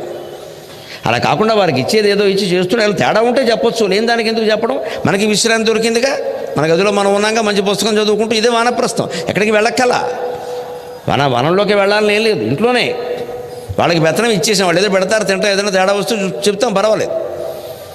మిగిలిన సమయం అంతా ఆధ్యాత్మిక గ్రంథ పఠనం. అలా ఒక 10 ఏళ్ళు చేస్తే 70. అప్పటి గమనించండి, మనిషికి పూర్ణాయుర్దాయం 72 ఏళ్ళు. 72,000 నాడులు శరీరంలో ఉంటాయి. పూర్ణాయుర్దాయం 1000 నాడులకు 1 సంవత్సరం చెప్పిన సాధారణ మానవాయుర్దాయం కలియుగంలో 72 ఏళ్ళు. జ్యోతిష్యంలో పూర్ణాయుర్దాయం అంటే 72 ఏళ్ళు లెక్క. అంకే చెప్పరు, పూర్ణం అని చెప్తారు అంతే. పూర్ణం అంటే 100 అనుకోకూడదు, 72. 70 ఏళ్ళు దాటే ఇంకేమిటి? ఇంక 2 ఏళ్లే కదా. ఈ 2 ఏళ్ళు భగవంతుడి కోసం, ఆత్మజ్ఞానం కోసం ప్రయత్నం చేయకపోతే దేనికోసం చేస్తాం? ఇప్పుడు ఇంకా ఊరికే సంఘ సేవ అన్ని మానేయాలి. ఇంకా సంఘం లేదు, సేవ లేదు, ఊరుకో, చేసిన సేవ చాలు. ఇదంతా పేరు కోసమే, కీర్తి కోసం ఓ గొప్పలు చెప్పేస్తారు. ఇక్కడ ఓ చేసేస్తున్నాం సంఘ సేవ. మేము 200 పేజీ సింగిల్ పుస్తకాలు ఇచ్చాము. చూశాను నేను చాలామందిని. ఈ పుస్తకాలు పంచిపెట్టేవాళ్ళు, పెన్సిల్ పంచిపెట్టేవాళ్ళు, పెన్నులు పెట్టేవాళ్ళు. ఇప్పుడు విందు వినోదాలు చేస్తారండి, భోజనాలు చేస్తారు. భోజనాల ఖర్చు 5 లక్షలోనో, దానాల ఖర్చు ఏమో 500లోనో. భోజనాలు మానేసి అది కూడా దానాలు చేస్తే బాగుంటుంది. అప్పుడు తెలుస్తుంది వీళ్ళ దానం ఏమిటో, వీళ్ళ సేవ ఏమిటో. నేను చూసే చాలా చోట్ల భోజనాలు పిలుస్తారని, డిన్నర్ అని చెప్తాడు. 5 లక్షలు అన్నాడు. 5 లక్షలు దేనికి? మీరు డిన్నర్ పని లేక డబ్బు ఉందని చెప్పుకోవడానిక? దానం చేసేదేమో 5,000, భోజనాలు ఏమో 5 లక్షలు. మేము సేవ చేసాం. ఎవరికి చేస్తారు సేవ? 5,000 భోజనాలు చేసి 5 లక్షలు దానం చేసి అప్పుడు చెప్తాం. ఇవన్నీ డబ్బా కబుర్లండి, గొప్ప కోసం, ప్రచారం కోసం. తర్వాత నెమ్మదిగా ఆ సంస్థల ద్వారా పేరులోకి వచ్చి వెంటనే రాజకీయాల్లోకి వస్తాడు. ఇక్కడ అనుమానం వెళ్ళా, అక్కడి నుంచి సేవ చేశాను మాట్లాడతాడు. ఈ సేవ ఎందుకంటే తర్వాత మొత్తం గోకేయడానికి. ఎంత తెలుసున్నది జరుగుతున్న భాగవతం ఇది. ఏదో రకంగా ఫేమస్ అవ్వాలి, ఏదో రకంగా ప్రసిద్ధం కావాలి. అవ్వాలంటే ఏదో ఒకటి చేయాలి. ఇదే నాటకం. ఈ నాటకం దేనికి? అందుకోసమా నీ సేవ? నువ్వు తినేదేమో 5 లక్షలు, వాడికి ఇచ్చేదేమో 5,000. దీనికి పెద్ద ప్రచారం ఎక్కడ? మన భోగాలకి, మన క్లబ్బులకి, మన డిన్నర్లకి, మన హోటల్ రూమ్స్ బుక్ చేసుకోవడానికి 5-5 లక్షలు ఖర్చు పెడతారు. దానం ఇచ్చేదేమో 5,000. దీనికి ఒక పెద్ద ప్రచారం ఎక్కడ? ఇదే ఈ నాటకమే మనిషిని కురంగదీస్తూ. ఇదంతా మనం పేరు కోసం, ప్రచారం కోసం తప్పితే ఇందులో ఏమి కలిసి వచ్చేది లేదు. ఇందుకోసం అందరూ తయారవుతారు. అందుకే ఈ చేసే సేవలు కూడా ఎలాగో డబ్బా సేవలే కాబట్టి 70 ఏళ్ళకి మారేయడం మంచిది. ఇంకా అనవసరపు డబ్బా. ఇక మీకు 2 ఏళ్ళు దేవుడికే డబ్బా. ఇది నాటకమే తెలుస్తూనే ఉంది. ఇంక మానే చాలు, చేసింది చాలు. ఇంకా ఏదో చేయాలనక్కల్లా. ఇంకా నాకు సమాజానికి ఏదో చేయాలని అంత తాపత్రయం వద్దు. గుండెపోటు వచ్చి పోతాం అనవసరంగా. నేనెవరు అని ఆలోచించు. పోయినా బెంగలేదు. ఇక ఆలోచించాల్సింది ఇంట్లోనే కూర్చో, కూర్చొని కూర్చో. నేనెవరు? నేను శరీరం కాదు, నేను మనస్సు కాదు, నేను బుద్ధి కాదు, నేను ఇంద్రియాలు కాదు. పడుకుంటే తెలుస్తూనే ఉంది. అయితే నేనెవరో తెలిపోవలసిందే ఈవేళ. ఎందుకంటే ఈవేళకి మించి బతుకుతామని ఎక్కడా గ్యారంటీ ఖచ్చితంగా చెప్పలేం మనం. అందుకే నాతి దూరేన్ రుణామృత్యు ఇది వేదాంత నిండి మహా అంటారు శంకరాచార్య. సుప్తే రుత్థాయ సుప్త్యంతే బ్రహ్మైక్యం చింత్యతాం పరం నాతి దూరేన్ రుణామృత్యు ఇది వేదాంత నిండిమఖ. నిద్ర లేచింది మొదలు పడుకునే వరకు నేనెవరు అనే ఆత్మచింతనే చెయ్యి, బ్రహ్మచింతనే చెయ్యి. లేకపోతే ప్రమాదం ఏమిటంటే నాతి దూరేన్ రుణామృత్యు. మృత్యు ఎప్పుడొచ్చి పడుతుందో తెలియదు. ఇంక తర్వాత చేసేందుకు ఏం. ఇంకా నువ్వు చేయాల్సింది సంఘసేవ కాదు, ఆత్మసేవ. ఇంతకాలం నాటిన సంఘసేవ పేరు మీద ఆడిన నాటకాలు చాలు. ఇదే మనం ఖచ్చితంగా ఆలోచించాల్సిన విషయం అండి. పేరు, ప్రచారం, డబ్బు కోసం చేయడం, దానికి ఏదో పెద్ద పట్టికలు తగిలించడం, అందరికీ తెలిసిపోతూనే ఉంది. అది నిజాయితీ కాదు. అందుకని ఆపేసేయన్నారు. తపము చేయాలి, తపస్సు చేయాలి. వానప్రస్థంలో 60 నుంచి 70 ఏళ్ల వరకు భార్యాభర్తలు ఇద్దరు కూడా ఎక్కువ భాగాన్ని ఆధ్యాత్మిక గ్రంథ పఠనానికి, పారాయణలకి, జపానికి వినియోగం చేయాలి. అది కూడా ఏకాంతంగా, మొహమాటం లేకుండా చెబుతున్నా. మళ్ళీ పారాయణ అన్నాం కదా, 100 మంది 30 మంది కలిసి భోజనాలు పెట్టి ప్రసాదాలు పెట్టకన్నాము. దీన్ని మెగా ప్రోగ్రాం ఆర్భాటం అంటారు. ఇక్కడ మా ఇంట్లో లలితా సహస్రం పారాయణ 100 మందిని పిలిచా. ఇంకోళ్ళకి చెబుతున్నామంటే వీళ్ళందరూ వస్తారమ్మా, లలితాదేవి రాదు, పని మనిషి కూడా రాదు, మర్నాడు చస్తావు తోముకోలేక. పని మనిషి రాదు, మన ఇంటికి పార్వతీదేవి వస్తుందని డొక్కు కబుర్లను చెప్తారు ఇక్కడ, లలితాదేవి అని. అంత లోకుగా ఉంది ఇక్కడ. పని మనిషి రావట్లేదు ఇంటికి. ఇదంతా ఆర్భాటం. మీద ఏం చేసావు? ఒక 100 మంది. మరి ఈవిడ చూసి ఇంకొక కూడా మాట్లాడుతుంది. అక్కడ 150 మంది వచ్చారంట. మరి ఇక అక్కడి నుంచి ఇందులో వచ్చిన వాళ్ళు పెద్దవాళ్ళు ఎవరు, చిన్నవాళ్ళు ఎవరు, గొప్పలు. మళ్ళీ ఇక్కడ వాళ్ళందరూ ఎందుకు అమ్మాలి? లలితాదేవి కావాలి మనకి. అంటే మన పూజా మందిరంలో కూర్చొని మనం ఆ సహస్రనామాలు మనం చదువుకుంటే సరిపోవాలి. అమ్మవారి ముందు ఏడవడానికి ఇంకో మనిషి కావాలా, మైక్ కావాలా, వీడియో కావాలా? మనకి అది నచ్చదు. దీని ద్వారా ఏదో పేరు రావాలి. ఆవిడ చేసినట్టుగా ఎవరూ చేయలేదు అని ఆవిడకి, ఈయన చేసినట్టుగా ఎవరూ చేయలేదు నేనికి. ఇక మనకి సీతారాములు ఏమో అర్థమవుతారు? ఇంకా ఇదే మనకి ఎంతసేపు వారు చేసినట్టుగా ఎవరో చేయాలి అని ఎవరో అన్నారు. ఇక్కడ ఈ అనేవాళ్ళు దొంగ నాటకం ఆడుతూ ఉంటారనే విషయం మనకి తెలియదు. మన దగ్గర అంటారు, మళ్ళీ బయటికి వెళ్ళి వేరే అంట చేసిందిలే అంటారు. ఇక్కడ సాజీ ఇక్కడ మన దగ్గరేమో నువ్వే చేసావంటారు, బయటికి వెళ్ళి చేసిందిలే అంత ఉందా, ఎంత చేసింది అంటారు. అయిపోయా. దేనికిది? మనం ఆడేది నాటకమే, వారు ఆడేది నాటకమే. జగన్నాటక సూత్రధారి పరమాత్మ ఇవన్నీ చూస్తున్నాడండి. గమనించాలి. ఆయన జగన్నాటక సూత్రధారి. సన్నాసులారా, మీరు ఆడే నాటకాలన్నీ నాకు తెలుసురా, నేను ఇంతకంటే పెద్ద నాటకం ఆడాను మీకు తెలియట్లేదు అంటాడు ఆయన. భగవంతుడు ముందా మన ఆటలు ఇవన్నీ ఏకాంతంగానే చేయాలి. పారాయణ, స్తోత్రం సమస్తం ఏకాంతంగానే, బయటికి వెళ్ళాల్సిన అవసరం లేదు అసలు. ఆధ్యాత్మికత అంటే బయటికి వెళ్లకుండా ఉండడం అంతే. బయటికి వెళుతున్నామంటే ఆర్భాటం, ఆధ్యాత్మికత కాదు.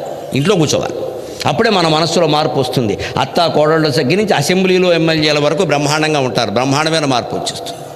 అత్తా కోడళ్ళ తగాదాలకి, అసెంబ్లీలో తగాదాలకి ఏమీ తేడా లేదు. ఒకటే కారణం, ఆధిపత్య పోరాటం. మొహమాటమే లేదు నాకు చెప్పడానికి. ఆధిపత్య పోరాటం. అక్కడ అంతే, ఇక్కడ అంతే. ఇక్కడ వాళ్ళనే మనం అక్కడికి పంపించేవాళ్ళు అక్కడ అలాగే ఉంటారు. ఇంకేమిటి? స్వభావం ఒకటే. అంటే ఇంట్లో రాని మార్పు ఇండియాలో రాదండి. ఇంట్లో నుంచే మార్పు మొదలవుతుంది. ఇంట్లో మార్పు ఉంటేనే ఇండియా బాగుపడుతుంది. ఈ మనస్తత్వాలే కదా అక్కడ ఉండేది. అంతకంటే భిన్నంగా ఎలా ఉంటాయి? అంటే రాజకీయంలో ఏవో తగాదాలు ఉంటాయి, ఏం లేదండి. ఇంట్లో కూడా ఉన్నాయి, అంతకంటే ఎక్కువగా ఉన్నాయి. ఇంకా రాజకీయమే నేను అడిగితే సంసారాల కంటే అంతకంటే ఎక్కువ. ఇక్కడ అన్నదమ్ములు నమ్మలేకపోతున్నాం, అప్పచెల్లెళ్ళ కన్న బిడ్డలు నమ్మలేకపోతున్నాం. మనకంటే దుర్మార్గంగా ఏం లేరు వాళ్ళు, అనుకోక్కర్లేదు అవన్నీ. ఇక్కడి నుంచే బయలుదేరుతుంది. అంచేత సంస్కరణ కూడా ఇక్కడే జరగాలి. కెరలు నీతోడగూడి భోగించునట్టి భోగమంతయు దేవేంద్ర భోగమగును అంటున్నాడు రామచంద్రమూర్తి.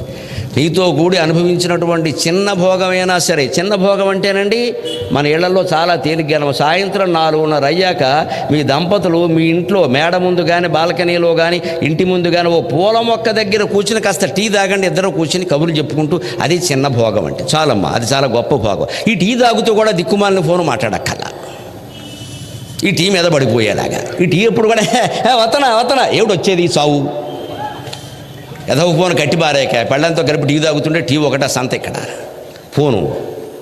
ఇవిడికి ఇప్పుడు ఇదివరకు వాళ్ళనే, ఇప్పుడు వీళ్ళకి బయలుదేరిందిగా. అసలు మనం కూర్చుని ఉండగా ఎవరన్నా వస్తే ఫోన్ రాకపోయినా సరే మాట్లాడతాం, ఎందుకంటే మనకు ఫోన్లు వస్తూ ఉంటాయని వాళ్ళు అనుకోవాలి. ఇదో నాటకం ఇక్కడ. ఇందుకు ఇవన్నీ ఒక పావుగంట సేపు 4:30కి నేను చెప్పినట్టు విని సాయంత్రం ఇద్దరు దంపతులు కూర్చొని ఒక అరగంట సేపు అలా మాట్లాడుకుంటూ టీ తాగండమ్మా, తర్వాత ఏమైనా ఓపుకుంటే పంట కింద కరకర చేగూడెలో తాపేశ్వరం కాజాలో కానివ్వండి, మనకి దగ్గరలో ఉన్నాయిగా, హాయిగా ఉంటుంది మనలో మనమాట. దంపతులు ఆ అరగంట సేపే మాట్లాడుకోవాలి, వెంటనే లేవాలి, లేకపోతే గొడవలు అయిపోతాయి. అన్నాను కదా అని సిట్టింగ్ వేసేయండి 3 గంటలు, కాసేపు సరదా అంతే. అయిపోయిన తర్వాత ఇంకా అక్కడి నుంచి రావాలి. మళ్ళీ ఒకవేళ కూర్చోవాలంటే మళ్ళీ మర్నాడు ఎప్పుడో పొద్దున కనీసం 5-6 గంటల గ్యాప్ ఉండాలి.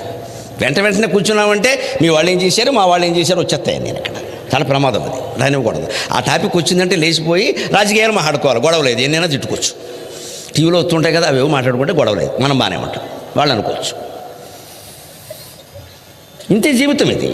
ఇది ఆనందంగా ఉండాలంటే ముందు పరస్పరమైన విశ్వాసం ఉండాలి. చిన్న చిన్న భోగాలు చాలండి మనకి పెద్ద వక్కల.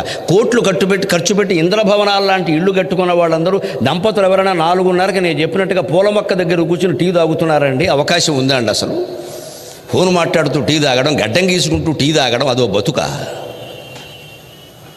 అంటే ఏదో అయిపోయింది అది. టీ తాగినట్టు లేదు, గడ్డం గీసినట్టు లేదు, టీ తాగినట్టు లేదు, ఫోన్ మాట్లాడినట్టు లేదు. ఏ ఆనందమో తెలియలా, ఏ అనుభవమో తెలియలా, జీవితం గడిచిపోతుంది. బయట ఎవరన్నా పలకరిస్తే టీ తాగడానికి కూడా ఖాళీ లేదండి. ఎవరు తాగద్దన్నారు? నేను టీ తాగడానికి 5 నిమిషాలు పడుతుంది. 5 నిమిషాలు ఖాళీ లేనంత బిజీగా ఉన్నావా? ఎవరు ఉన్నారయ్యా? నీ అజ్ఞానం. కానీ అంచేత రామచంద్రమూర్తి సీతారాములు కష్టాలు వచ్చినప్పటికీ, వనవాసమే చేసినప్పటికీ వాళ్ళు ప్రతి చిన్న భోగాన్ని ఆనందంగా అనుభవించారు కలిసి కూర్చుని. అందుకని ఇప్పుడు విరహ వేదనలో ఇంత బాధపడుతున్నాడు, నువ్వు కనపడడం లేదే అంటున్నాడు. అలాంటి విరహ వేదనతోనే ఆయన కిష్కింధకి వెళ్ళాడు, సుగ్రీవునితో మైత్రి చేశాడు. సుగ్రీవుడు సీతాదేవిని వెతకడం కోసం 4 రకాలుగా తన సైన్యాన్ని విభాగం చేసి పంపించాడు. అందులో దక్షిణ దిక్కుకు హనుమంతుణ్ణి పంపించాడు ప్రధాన వ్యక్తిగా. కానీ అంగదుడు నాయకత్వంలో వెళ్ళింది. ఆ హనుమంతుడు దక్షిణ సముద్ర తీరానికి వెళ్ళాక సముద్రం దాటాలి, దూకాలి అని నిర్ణయించుకున్నాక ఎవ్వరూ అందుకు మేము సిద్ధంగా లేమంటే హనుమంతుడు సముద్ర లంఘనం చేస్తున్నాడు. ఎంత అందంగా రాసిందో ఆ పద్యాన్ని చెప్పుకుందాం మనం. హనుమంతుడి యొక్క సముద్ర లంఘనం సుందరకాండలో చాలా ప్రధానమైన విషయం. సంసార సాగరాన్ని కూడా లంఘించడం ఎలాగో ఈ పద్యం ద్వారా గ్రహించవచ్చు, హనుమంతుని చర్య ద్వారా గ్రహించవచ్చు. కేవలం సముద్ర లంఘనం కాదు, ఇది సంసార సాగర లంఘనం. మొగము బిగించి పాదములు మొత్తముగా నటనూది త్రొక్కి, మొగము బిగించి పాదములు మొత్తముగా నటనూది త్రొక్కి, నీటుగా మొగమెత్తి భీకర కఠోర రవమ్మున నార్చి, నీటుగా మొగమెత్తి భీకర కఠోర రవమ్మున నార్చి, నీటుగా మొగమెత్తి భీకర కఠోర రవమ్మున నార్చి, బాహులత్యగణితలీలనూచి వలయంబుగ వాలముద్రిప్పి వ్రేగునన్ నగము సగమ్ము గృంగ కపినాథుడు నింగికి చేరరివునన్, మనోజవం మారుతతుల్య వేగం జితేంద్రియం బుద్ధిమతం వరిష్టం వాతాత్మజం వానరయూధముఖ్యం శ్రీరామదూతం శిరసా నమామి. మహాసాహసం ఆంజనేయుడు చేసింది. ఒక్క విషయాన్ని మనం దృష్టిలో పెట్టుకోవాలి. రాముడికి ఆంజనేయుడు భక్తుడు కాబట్టి చేశాడు అనొద్దమ్మా. రాముడు కనపడే వరకు ఆయన భక్తుడు కాదు. ఆంజనేయుడు వేరు, రాముడు వేరు. మనం ఏదో ఒక సంబంధం అంటకట్టేస్తే ఏమైపోతుందంటే అక్కడికి ఆ సంబంధం కోసం ఉపకారం చేసినట్టు అవుతుంది. ఏ సంబంధము లేకుండా రాముడు బాధపడుతున్నాడు, సుగ్రీవుడు చెయ్యమన్నాడు కాబట్టి హనుమంతుడు చేశాడు. రామాయణం చదివే చెబుతున్నా. ఇంతకు మించిన అనుబంధం రామాంజనేయుల మధ్యలో లేదు. పూర్వజన్మ అనుబంధాలన్నీ కలపక్కల, అవన్నీ వాల్మీకి చెప్పలేదు. మన ఓవర్ యాక్షన్లు ఇవన్నీ. ఏ అనుబంధము లేని మనిషికి హనుమంతుడు ఉపకారం చేశాడు. మనము అలాగే సమాజంలో ఏ అనుబంధము లేకపోయినా సరే కష్టంలో ఉన్నానికి సాయం చేయాలి. అదే హనుమంతుడు, అదే సుందరకాండ. ఏదో ఒక అనుబంధం పెట్టుకుని చేశామంటే అనుబంధం కోసం చేశామన్నమాట. కొడుక్కో కోళ్లకో కూతురుకో అల్లుడికో మేనల్లుడికో బావమరుదుకో ఎంత ఉపకారం చేసినా బంధుత్వం ఉండబట్టి చేశామంట. ఏమీ లేకపోతే చెయ్యలేమా? దాతవ్య జీవితం యద్దానం దీయతే అనుపకారని అంటాడు భగవద్గీతలో. దానం ఇచ్చేటప్పుడు నీకు ఏమీ సంబంధం లేని వాడికి, ఏమీ తెలియని వాడికి మళ్ళీ ఎప్పుడూ ఏమీ ఆశించకుండా ఇచ్చాయి. మళ్ళీ ఇచ్చాననే విషయం కూడా వాడు చెప్తాడేమో ఎక్కడైనా, మనం చెప్పక్కల అవసరం. ఆయన చెప్పకుండా చెప్పుకోండి, మనం చెప్పం. మీరు ఇచ్చింది ఏదో వస్తువు నా దగ్గర ఉందంటే సంతోషమయ్యా, వెళ్ళిపోవడం అంతే. ఇలా నా గురించి అందరూ చెప్పుకుంటున్నారు అన్నామంటే సాత్విక అహంకారం అవుతుంది. అది తెలియని వాడికి రైల్లోంచి విసిరేసినట్టే వెళ్ళిపోవాలి దానాలు. రైల్లోంచి విసిరేసినట్టే, ఎవడు తీసుకుంటాడో మనకు తెలియదు. వెళ్ళిపోవాలంతే. మనకు అక్కర్లేదు, ఎవరికో కావాలి, ఇచ్చేస్తాం అంతే. మనకు అక్కర్లేదు, ఎవరికో కావాలి, ఇచ్చేస్తాం. దానికి ఏం పేరు, ప్రచారము, ప్రతిష్ట, దాని మీద మన ముద్ర, ఇవన్నీ అవసరం లేదు. ఇవి ఆలోచన చేసుకోవాలి. అప్పుడే మనసు ప్రశాంతంగా ఉండదు. ఏదో ఆశించి ఇచ్చాము అంటే బెల్లం మొక్క ఇచ్చినా సరే మొత్తం బెడ్డ మొక్క అయిపోతుంది. అది ఇచ్చిన తర్వాత మళ్ళీ వ్యాఖ్యానం, ఇన్ని ఇచ్చాం, ఏం గుర్తింపు ఉంది, కానీ గుర్తింపు కోసం ఇస్తావమ్మా? ఎంత గుర్తింపు ఉంటే సరిపోతుంది. హనుమంతుడు ఏ గుర్తింపు కోసం సముద్రం దూకాడండి? సామాన్యమైన సాహసం. ఎవడన్నా దూగ్గళ్ళా? ఈయన ఏమైనా సీతాదేవి మేనత్త కూతురా? రాముడు ఏమైనా ఈయన మేనత్త కొడుక? ఏమి సంబంధం? వీళ్ళు వానరులు, వాళ్ళు నరులు, జాతి సంబంధం లేదే. పోనీ ఇంత సాహసం చేసి సుందరకాండ అంతా రోజున్నర తిరిగి 32 గంటలు తిరిగి సీతాదేవిని అన్వేషించి వచ్చి ఇస్తే, రామచంద్రుడు ఇచ్చినటువంటి చెబితే వచ్చిన కానుక ఏమిటండి? కౌగులించుకోవడం, అంతకుమించి ఏం లేదు ఇక్కడ. ఇంత అయ్యి రామ పట్టాభిషేకం జరిగే కూడా హనుమంతుడు కనీసం హోమ్ మినిస్టర్ ఇవ్వలేదు, రెవెన్యూ మినిస్టర్ ఇవ్వలేదు, ఏమీ ఇవ్వలేదు. ఒక్క మంత్రి పదవి కూడా లేదు. ఏమీ సంబంధం లేదు, ఏమీ ఆశించలేదు, ఏమీ ఇవ్వలేదు. అది కూడా సీతాదేవి చెబితే ఒక్క హారం ఇచ్చారు. ఆ హారం కూడా ఇందులో రామనామం ఉందా అని వెతికేట అమాయక చక్రవర్తి. ఇంత ముగ్ధమోహన మధుర భాషమూర్తి ఇంకెవరైనా ఉంటారా?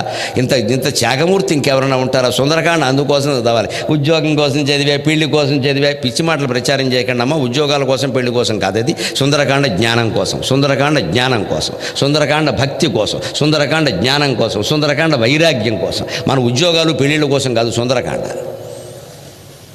ఈ ఉద్యోగాలు వచ్చినా రాకపోయినా ఒకటే, ఈ పెళ్ళిళ్ళు అయినా కాకపోయినా ఒకటే. ఎంతసేపు మన కోరికలే. ఆ కోరికలు తీరడానికి కొన్ని పుస్తకాలు కావాలి. కాబట్టి మేము సిద్ధంగా ఉంటాం, కండువాలు వేసుకుని మీకోసమే చెబుతాం ఈ మాటలన్నీ. ఇక్కడ బాగా చదవండి, వచ్చేస్తాయి. ఎందుకంటే నాకు కూడా ఇచ్చింది, నన్ను చదవమని నన్నే పిలుస్తారు కదా. అయ్యో గరికపాటి వారు సుందరకాండ చెబుతారు, ఇచ్చేస్తారు, మా 10 లక్షలు ఇస్తారు. మీరు ఎంత అమాయకులు. మీ కోరిక తీరదు, నా కోరిక తీరింది. నమశివాయ. మీ ఇంట్లో కూర్చొని చదువుతా, హాయిగా ఇంద్రభోగం అనుభవిస్తూ చదువుతా. నేను మా ఆవిడని కూడా తీసుకొస్తా, ఆవిడకి పట్టుచీర పెడతా, నాకు పట్టుబట్టలు పెడతారు, నాకు 10 లక్షలు ఇస్తారు. మీ కోరిక తీరిందో లేదో నాకు అనవసరం, నా కోరిక తీరింది. జరుగుతున్న మహానాటకం ఇదే. సుందరకాండ అందుకోసం చదవం. సుందరకాండ తాత్పర్యాలు చదవండి. శ్లోకాల్లో పెద్ద ఏదో ఉందనుకోకండి, తాత్పర్యాలు చదవండి. అర్థమవుతుంది. అర్థమైతే అన్నీ తెలుస్తాయి. దృష్టిర్మతిర్దాక్ష్యం ఏతాని యశ్చ చత్వారి సకర్మసు నసీదతి. ఇది సుందరకాండ సారాంశం. ఏ పని కావాలన్నా, ఉద్యోగం రావాలన్నా, పెళ్ళి అవ్వాలన్నా, సంసారం బాగుండాలన్నా, అనుకున్న కార్యం సాధించాలన్నా 4 లక్షణాలు ఉండాలి. ఆ విషయం సుందరకాండలో చెప్పాడు. అందుకని సుందరకాండ చదవమన్నారు. ఊరికి పారాయణ చేయగానే అయిపోతుంది కాదు. ఇక్కడ ధృతికి ముందు ధైర్యం ఉండాలి, దృష్టికి ముందు చూపు ఉండాలి, మతికి దాన్ని సాధించడానికి అవసరమైన తెలివితేటలు ఉండాలి, దాక్ష్యం సమర్థత ఉండాలి. ఈ 4 ఉన్నాక పనులు కావా చెప్పండి? అందుకోసం చదవమన్నారు. ఇవి చదివితే ఆ 4 సంపాదించుకుంటావని, నీ పనులు నువ్వు చేసుకుంటావని. అందుకని సుందరకాండలో మూసేగానే కొరియర్లో ఏమీ రాదండి. ఇక్కడ అమెజాన్ కొరియర్ వచ్చింది 2000 కట్టమని, చెప్పులు వస్తాయి అందులో. ఇది ఈ వరక ప్రచారాలు చేయొద్దు ఈ విషయాలు. గ్రంథాల మహత్యాలు పెరిగితే దానివల్ల గ్రంథాలు అమ్ముడవుతాయి, జనమేం బాగుపడరు. కానీ ఈ కోరికలు తీరకపోవడం వల్ల వచ్చే ప్రమాదం ఏమిటంటే, ఏం చదివినా అవ్వలేదని కానీ ఎవడో వస్తాడు మన ప్రాణానికి, మోకాలే కొబ్బరిని రాస్తాడు, ఆదివారం రమ్మంటాడు, మతం మార్చేస్తాడు, కొంపలు అంటుకుపోతాయి. ఇక్కడ తీరని కోరిక అక్కడ తీరుతుందా చెప్పండి? ఈ దేవుడు వేరా, ఆ దేవుడు వేరా? ఏ మతమైనా దేవుడు ఒకడే కదా. ఆంజనేయుడు ఒకడు, వేరే వాడు ఒకడు కాదు కదా. దేవుడికి అనేక రూపాలు ఉండొచ్చు, కానీ దేవుడు ఒక్కడే కదా. దేవుళ్ళు 2 ఉన్నారు అంటే అది మతమే కాదు, వాడు అజ్ఞానంలో ఉన్నారు. వాడు దేవుడు 2 ఉండరు ఎక్కడ. సృష్టి అంతా పాలించేది ఒకటే దేవుడు. వారి దేవుడైనా మన దేవుడైనా ఎవరో ఒకడే దేవుడు. మరి ఇక్కడ తీరిన కోరిక ఎక్కడైనా తీరుతుంది? ఈ నమ్మకంలో తేడా. అది దేవుడు ఉన్నది కోరికలు తీర్చడానికి కాదండి, దేవుడు ఉన్నది కోరికలు లేకుండా చేసుకోవడానికి. దయచేసి గమనించండి. ఈ మాట చాలామందికి నచ్చదు, కానీ పరమ సత్యం. 4 వేదాలు 6 శాస్త్రాలు చెబుతున్నవాడు దేవుడు ఉన్నది కోరికలు తీర్చడానికి కాదు, కోరికలు లేకుండా చేసుకోవడానికి. దైవతత్వం ఒక్కడికి అర్థమైనా మంచిదేనమాట. ధృతి, దృష్టి, మతి, దాక్ష్యం, ఈ 4 ఎవడుకుంటాయో వాడికి పనులు అవుతాయి. సకర్మసు నసీదతి అని చెప్పాడు సుందరకాండ. ఆ శ్లోకం నువ్వు చదువుతావని, ఆ ప్రకారం నువ్వు ప్రవర్తిస్తావని వాల్మీకి ఉద్దేశం. కానీ దుర్దృష్టిర్మతిర్దాక్ష్యం సకర్మసు నసీదతి, సకర్మసు నసీదతి, సకర్మసు నసీదతి అంటే పనులు అవ్వండి. డాక్టర్ గారి దగ్గరికి వెళ్ళాం, మందులు అడిగాం, రోగం వచ్చింది, మందు అడిగాం. షుగర్ వచ్చిందంటే ఏదో రాయమని చెప్పాం. ట్రినిటీ, ప్రైడ్ అనేదో పొద్దున్న ఒకటి, మధ్యాహ్నం ఒకటి, సాయంత్రం ఒకటి రాశాడు. ఇంకేదో బిళ్ళ రాశాడు, 3 బిళ్ళలు రాశాడు. తలనొప్పి వచ్చింది సారిడాన్ రాశాడు. ఏం చేయాలి? ఆ మందులు వాడాలి. అంతేగాని సారిడాన్ పొద్దున్న 1, మధ్యాహ్నం 1, ట్రినిటీ పోర్ 3 పూట్ల 1, దగ్గు అరుకు రాత్రి మాత్రమే అని కంఠస్థం చేస్తే దగ్గు తగ్గుతుందండి? వాడితే తగ్గుతుంది. ఆలోచించండి. గ్రంథమేనా? అంతే. గ్రంథంలో ఉన్నది చేస్తే తగ్గుతుంది, గ్రంథం చదివితే తగ్గదమ్మా.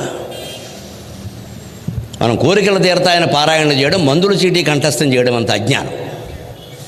అందులో ఉన్నదాన్ని చేయడం మందులు వాడినట్టుగా జ్ఞానం. డాక్టర్ గారు రాసిన మందులు వాడతామా? మందులు చీటి చదువుతూ కూర్చుంటామా? అవేవో అద్భుత మంత్రాలు, బీజాక్షరాలు, ఫలితాలు వచ్చేస్తాయి. ఎలా వచ్చేస్తాయండి? ఇందుకోసమే మన కోరికలు తీరవు. ఖచ్చితంగా మత మార్పులు జరిగిపోతాయి. ఎందుకంటే ఏదో బలహీనత ఏర్పడింది, ఎవడో వస్తాడు, ఏదో చెబుతాడు, అక్కడికి వెళ్ళాక అనుకోకుండా కాలం వశాత్తు తీరుతుంది. ఆ మతం గొప్పతనమేం కాదు, ఏ దేవుడు గొప్పతనం కాదు, మామూలుగా తీరుతుంది. అప్పటికి ఆ మతంలో ఉండవల్ల మనకు అది గొప్పతనం అనిపిస్తుంది. ఇంకా మొత్తం డబ్బా ప్రచారం మొదలెడతాం.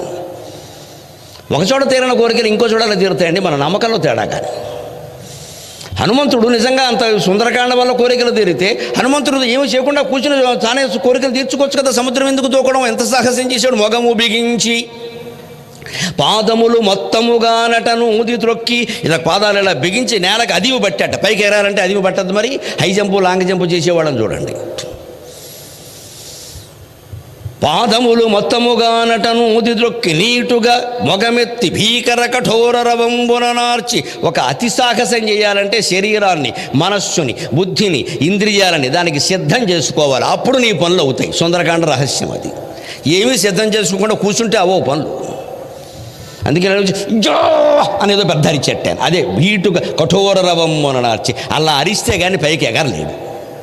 ఆ ఊపు రావాలి, ఆ ఉత్సాహం రావాలి. మన పల్లెటూళ్ళలో జాతరలు జరుగుతూ ఉంటాయి చూడండి. నేను సరదా అయిన సంఘటన చెబుతా.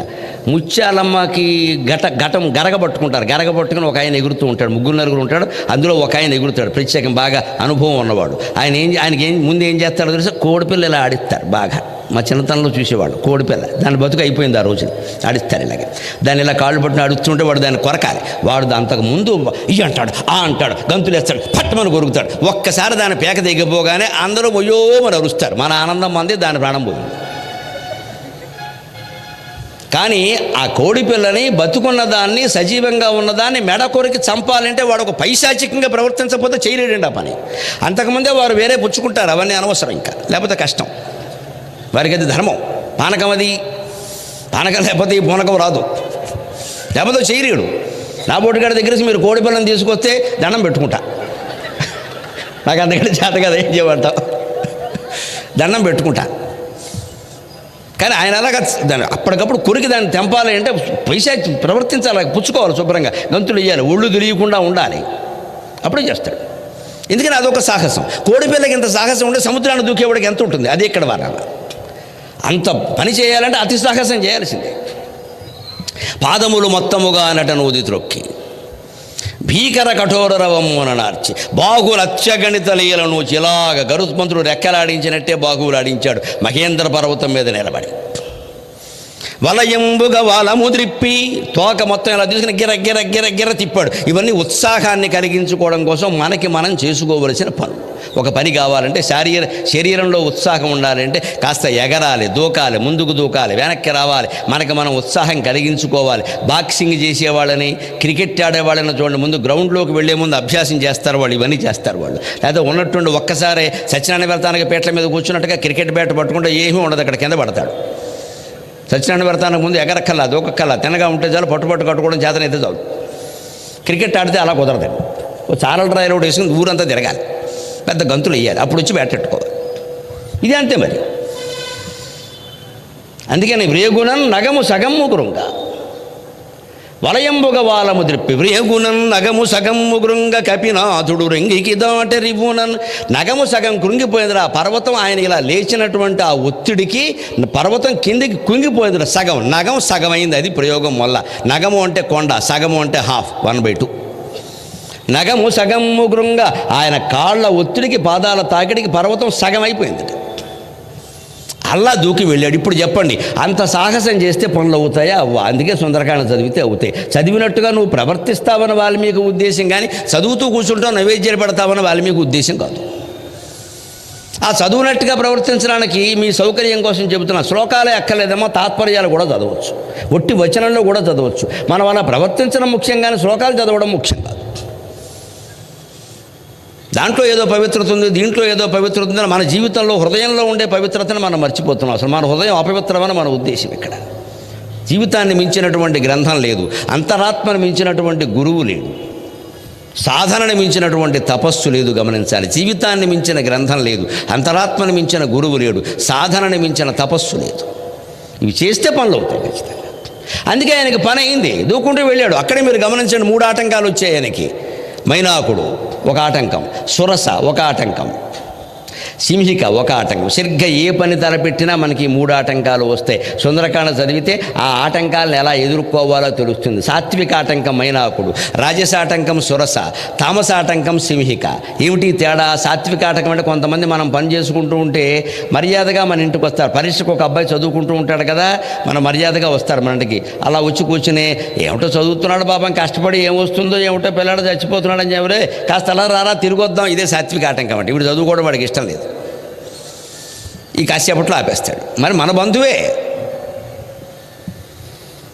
ఇంకొకడు రాజసాటంకంతో ఆపేస్తాడు. మన పరీక్షకు చదువుకునేటువంటి అబ్బాయిని రాజసాటంకంతో ఆపుతాడు. అంటే నువ్వు ఎంత చదివితే మాత్రం మీ క్లాసులో వెంకటరామని మించి నీకు మార్కులు వస్తాయని ఏదో పోటీ పెడతాడు. ఇక లేనిపోని గొడవ పెడతాడు. అదంతా వీడు ఆపేస్తాడు. వాడు ఫస్ట్ ర్యాంకే, వాడు తప్పుతాడేటి, నీకు వస్తుందేటి అని ఏదో మాట్లాడతాడు ఇక్కడ. అదే రాజసాటకం. తామసాటకం అంటే ఏమిటో తెలుసా? వీడు చదువుతుంటే కరెంటు వైర్లు పీకేయడం తామసాటకం అంటారు దాన్ని. వాడు చదవకుండా చేయడం, దోమలు కుట్టేలా చేయడం, అన్నీ చేయడం అనమాట. వాడు పుస్తకాలు పట్టుకెళ్ళిపోవడం, ఇది తామసాటక. ఈ 3ంటిని మనం ఎదుర్కోవచ్చు. ఆ 3ంటిని హనుమంతుడు ఎలా ఎదుర్కొన్నాడు? మైనాకుడు వచ్చాడు, అడ్డంగా పైకి వచ్చాడు. హనుమా, చాలా సాహసం చేస్తున్నావు, చెమట కారుతోంది ఒళ్ళంతా, చాలా అలసిపోయావు. నేను పర్వతాన్ని, మీ నాన్నగారు ఎప్పుడో నాకు వాలుగాలుగా వీచి సహకారం చేశారు, అందుకని నేను నీకు ఉపకారం చేస్తా, కాస్త నా పర్వత శిఖరాల మీద ఒక్కసారి విశ్రాంతి తీసుకుని వెళ్ళవయ్యా అంటే, ఇలా భుజం మీద చేసినట్టుగా పర్వతాన్ని ముట్టుకుని హనుమంతుడు వెంటనే, నేను గమిష్యేయత్ర వైదేహి, నేను వైదేహీ దేవిని చూడడానికి వెడుతున్నానయ్యా, చాలా ముఖ్యమైన పని మీద వెడుతున్నా, నువ్వు నాకు ఆతిథ్యం ఇచ్చినట్టే అనుకో, వచ్చేటప్పుడు కావాలంటే నీ దగ్గర విశ్రాంతి తీసుకుంటా, ముఖ్యమైన పని మీద వెళ్ళినప్పుడు ఎప్పుడు మధ్యలో ఆగకూడదు అని మైనాకుడిని మర్యాదగానే పక్కకి తప్పించాడు. సాత్వికాటంగానే మనము మర్యాదగానే నచ్చజెప్పాలి. ఏమిట్రా అబ్బాయి చదువుకుంటున్నా, కాసేపు బయటికి రారాదంటే వస్తాను తర్వాత వస్తానులే, ఈ ఒక్క ప్రశ్న ఉంది చదువుకుని వస్తా అని వాడిని పంపేసి మనం చదువుకోవాలి మర్యాదగానే. ఎందుకంటే వాడు మర్యాదను మర్యాదగానే ఎదుర్కోవాలి. రాజసాటంకం పోటీలు. వెంటనే సురస వచ్చింది, మింగేద్దామని చూసింది. ఈయన 6 అడుగులు పొడుగున్నాడు అనుకోండి, అది 60 అడుగులు నోరు తెచ్చింది. 60 కదా అని ఈయన 100 అడుగులు శరీరం పెంచాడు, అది 200 అడుగులు శరీరం పెంచింది. ఈయన 300 అడుగులు శరీరం పెంచాడు, అది 400 అడుగులు నోరు పెంచింది. ఈయన 500 అడుగులు శరీరం పెంచాడు, అది 600 అడుగులు నోరు పెంచింది. వెంటనే హనుమంతుడు ఆగాడు, బ్రేక్ వేసాడు. ఒకసారి ఏంటి గొడవ అనుకున్నాడు ఆయన. నేను పెంచా అది పెంచా పనేం లేదా, నాకేం పని, నా పని నాకు కావాలి, కానీ దీంతో గిన్నీస్ బుక్ పోటీలు నాకు దేనికి ఏమైనా పత్రికల వాళ్ళు ఎవరైనా రాస్తారా, రేపు పొద్దున గెలిచానని, నాకెందుకు గొడవంతా, నా పని నాకు అని వేయించాడు. ఉపాయంతో జయించాడు. రజోగుణం పోటీలను ఎప్పుడు ఉపాయంతో జయించాలి. ఎలాగా? ఆ 600 అడుగులు నోరు తెరవగానే ఉన్నట్టుండి 500 అడుగుల వాడు 5 అడుగులు అయిపోయాడు. ఒక్కసారిగా సూక్ష్మం అయిపోయాడు. అణోరణీయాన్ మహతో మహీయాన్. ఎందుకు అవ్వగలిగాడు? బ్రహ్మజ్ఞాని.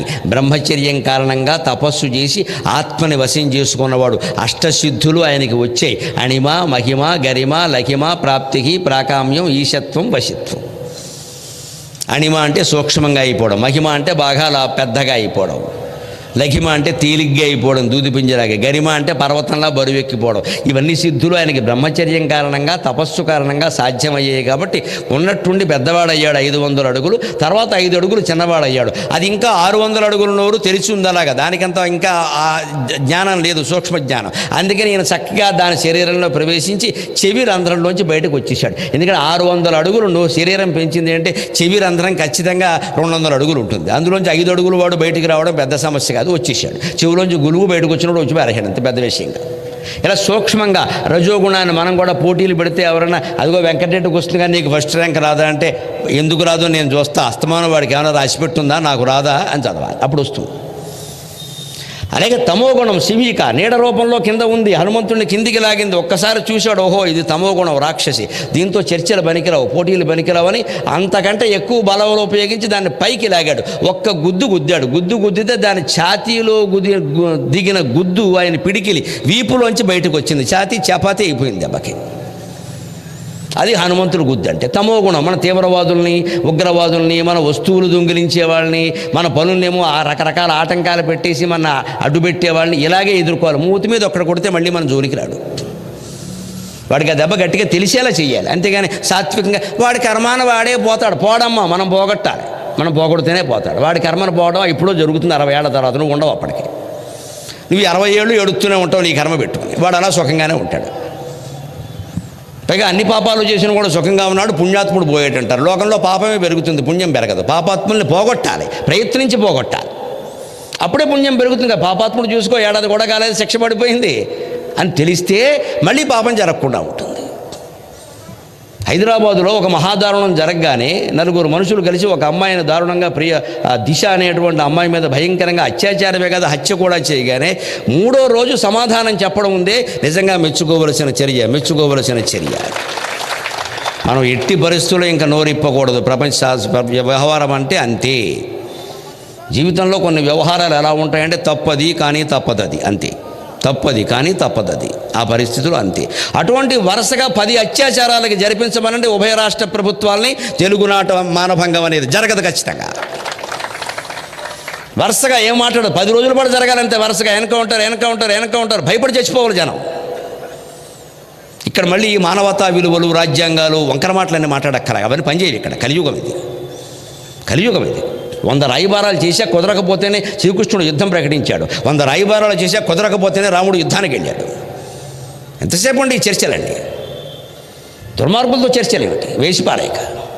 మన రామాయణ భారతాలు మనకు అదే చెబుతున్నాయి. హిందూ అన్నవాడెవడు హింసను ప్రోత్సహించడు. కానీ యుద్ధమే వస్తే మొదటి బాణం మనమే వేస్తాం, అనుమానం ఎలా. మొదటి బాణం మనమే వేస్తాం. వాడిని విజయం శత్రువు బాణం వేస్తే మనం బతుకుంటామో లేదో తెలియదండి. పిచ్చి మాటలు చెప్పొద్దండి. పిచ్చి మాటలు చెప్పొద్దు. శత్రువుకు బాణం వేసే అవకాశం ఇస్తే మనం బతుకుంటాం, మనం వేసేస్తాం ముందంతే. కానీ యుద్ధానికి మనం కారణం కావద్దు. యుద్ధమే వస్తే మొదటి బాణం మనమే వెయ్యాలి. శత్రువుకు అవకాశం ఇచ్చామంటే వాడి బాణానికి మనం పోతే ఇంకేమేస్తాం, ఇక్కడ దుప్పటయ్యాలి. సద్గురు శివానందమూర్తి గారు చెప్పిన మాట ఇది. మహాయోగి, మహాతపస్వి సద్గురు శివానందమూర్తి గారు చెప్పిన మాట నేను చెబుతున్నా. యుద్ధానికి మనం కారణం కాకూడదు. యుద్ధమే వస్తే మొదటి బాణం మనమే వెయ్యాలి. శత్రువుకు అవకాశం ఇయ్యద్దు. అది ధర్మం, తప్పితే కానీ తప్పు కాదు. హింస అసలే కాదు. హింసాం దోషయతేతి హిందువు అన్నారు. హిందూ శబ్దానికి నిర్వచనమే అది. హింసకి దూరంగా దూషించి ఉండేవాడే హిందువు. కానీ ఎదుటివాడు హింస తలపడితే మాత్రం జీవితంలో మళ్ళీ మర్చిపోకుండా గుణపాఠం చెబుతాం. మొహమాటం వల్ల హిందూ జాతికి అంత పౌరుషం ఉంది. శ్రీరాముడి నుంచి శివాజీ వరకు ఉంది ఆ పౌరుషం. ఆ పౌరుషాన్ని చూపిస్తాం ఖచ్చితంగా. శాంతి వచనాలు వల్లించాల్సిన కర్మేం లేదు ఇక్కడ. వచనాలు వలిస్తే పనులు నడవు అక్కడ. రామాయణం అదే చెబుతోంది, భారతం అదే చెబుతోంది. అందుకే సింహికని ఒక్క గుద్దాడు, దెబ్బకు చచ్చింది. అది ఛాతీ చపాతీ అయింది. అంటే రజోగుణంతో, తమోగుణంతో, సత్వగుణంతో ఎదుర్కోవాలి. స్పష్టంగా చెబుతోంది రామాయణం. సీతాదేవిని చూసిన తర్వాత, ఆవిడని గుర్తుపట్టిన తర్వాత రాముడు క్షేమంగా ఉన్నాడా అని ఆవిడ అడిగితే చెప్పిన మాట ఏమిటో తెలుసా? మొల్ల అద్భుతమైన పద్యం రాసింది. అలతి పదాలతో అనల్పమైనటువంటి అర్థాన్ని తోచేలా చేయడంలో తిక్కన గారి తర్వాత మళ్ళీ మొల్లేనండి. అంత గొప్ప కవయిత్రి. తిక్కన గారి తర్వాత మళ్ళీ మొల్లే. చిన్న పదాలు వాడుతూ కందపద్యాలు లాంటివి రాస్తూ అందులో అనల్పమైన భావాన్ని ప్రకటించడం. ఉన్నాడు లెస్సర రాఘవుడు, ఉన్నాడిదే కపులగూడి, ఉరుగతి రానయ్యున్నాడు, నిన్ను గొనిపోనున్నాడు, ఇది నిజము నమ్ముము ఉర్వీతనయా. ఒక చిన్న కందపద్యంలో సీతాదేవికి హనుమంతుడు ఎంత ధైర్యం కలిగించాడో చూడండి. ఆపదలో ఉన్న వాళ్ళ విషయంలో మనం ఎలా ప్రవర్తించాలి. నీకెందుకమ్మా, నేను ఉన్నాను కదా అంటే ఆ ఇల్లాలు ఒక్కసారిగా ధైర్యవంతురాలు అవుతుందండి. భర్తను కోల్పోయిందమ్మా ఏదో ప్రమాదంలో, కుటుంబం అనాథ అవుతోంది.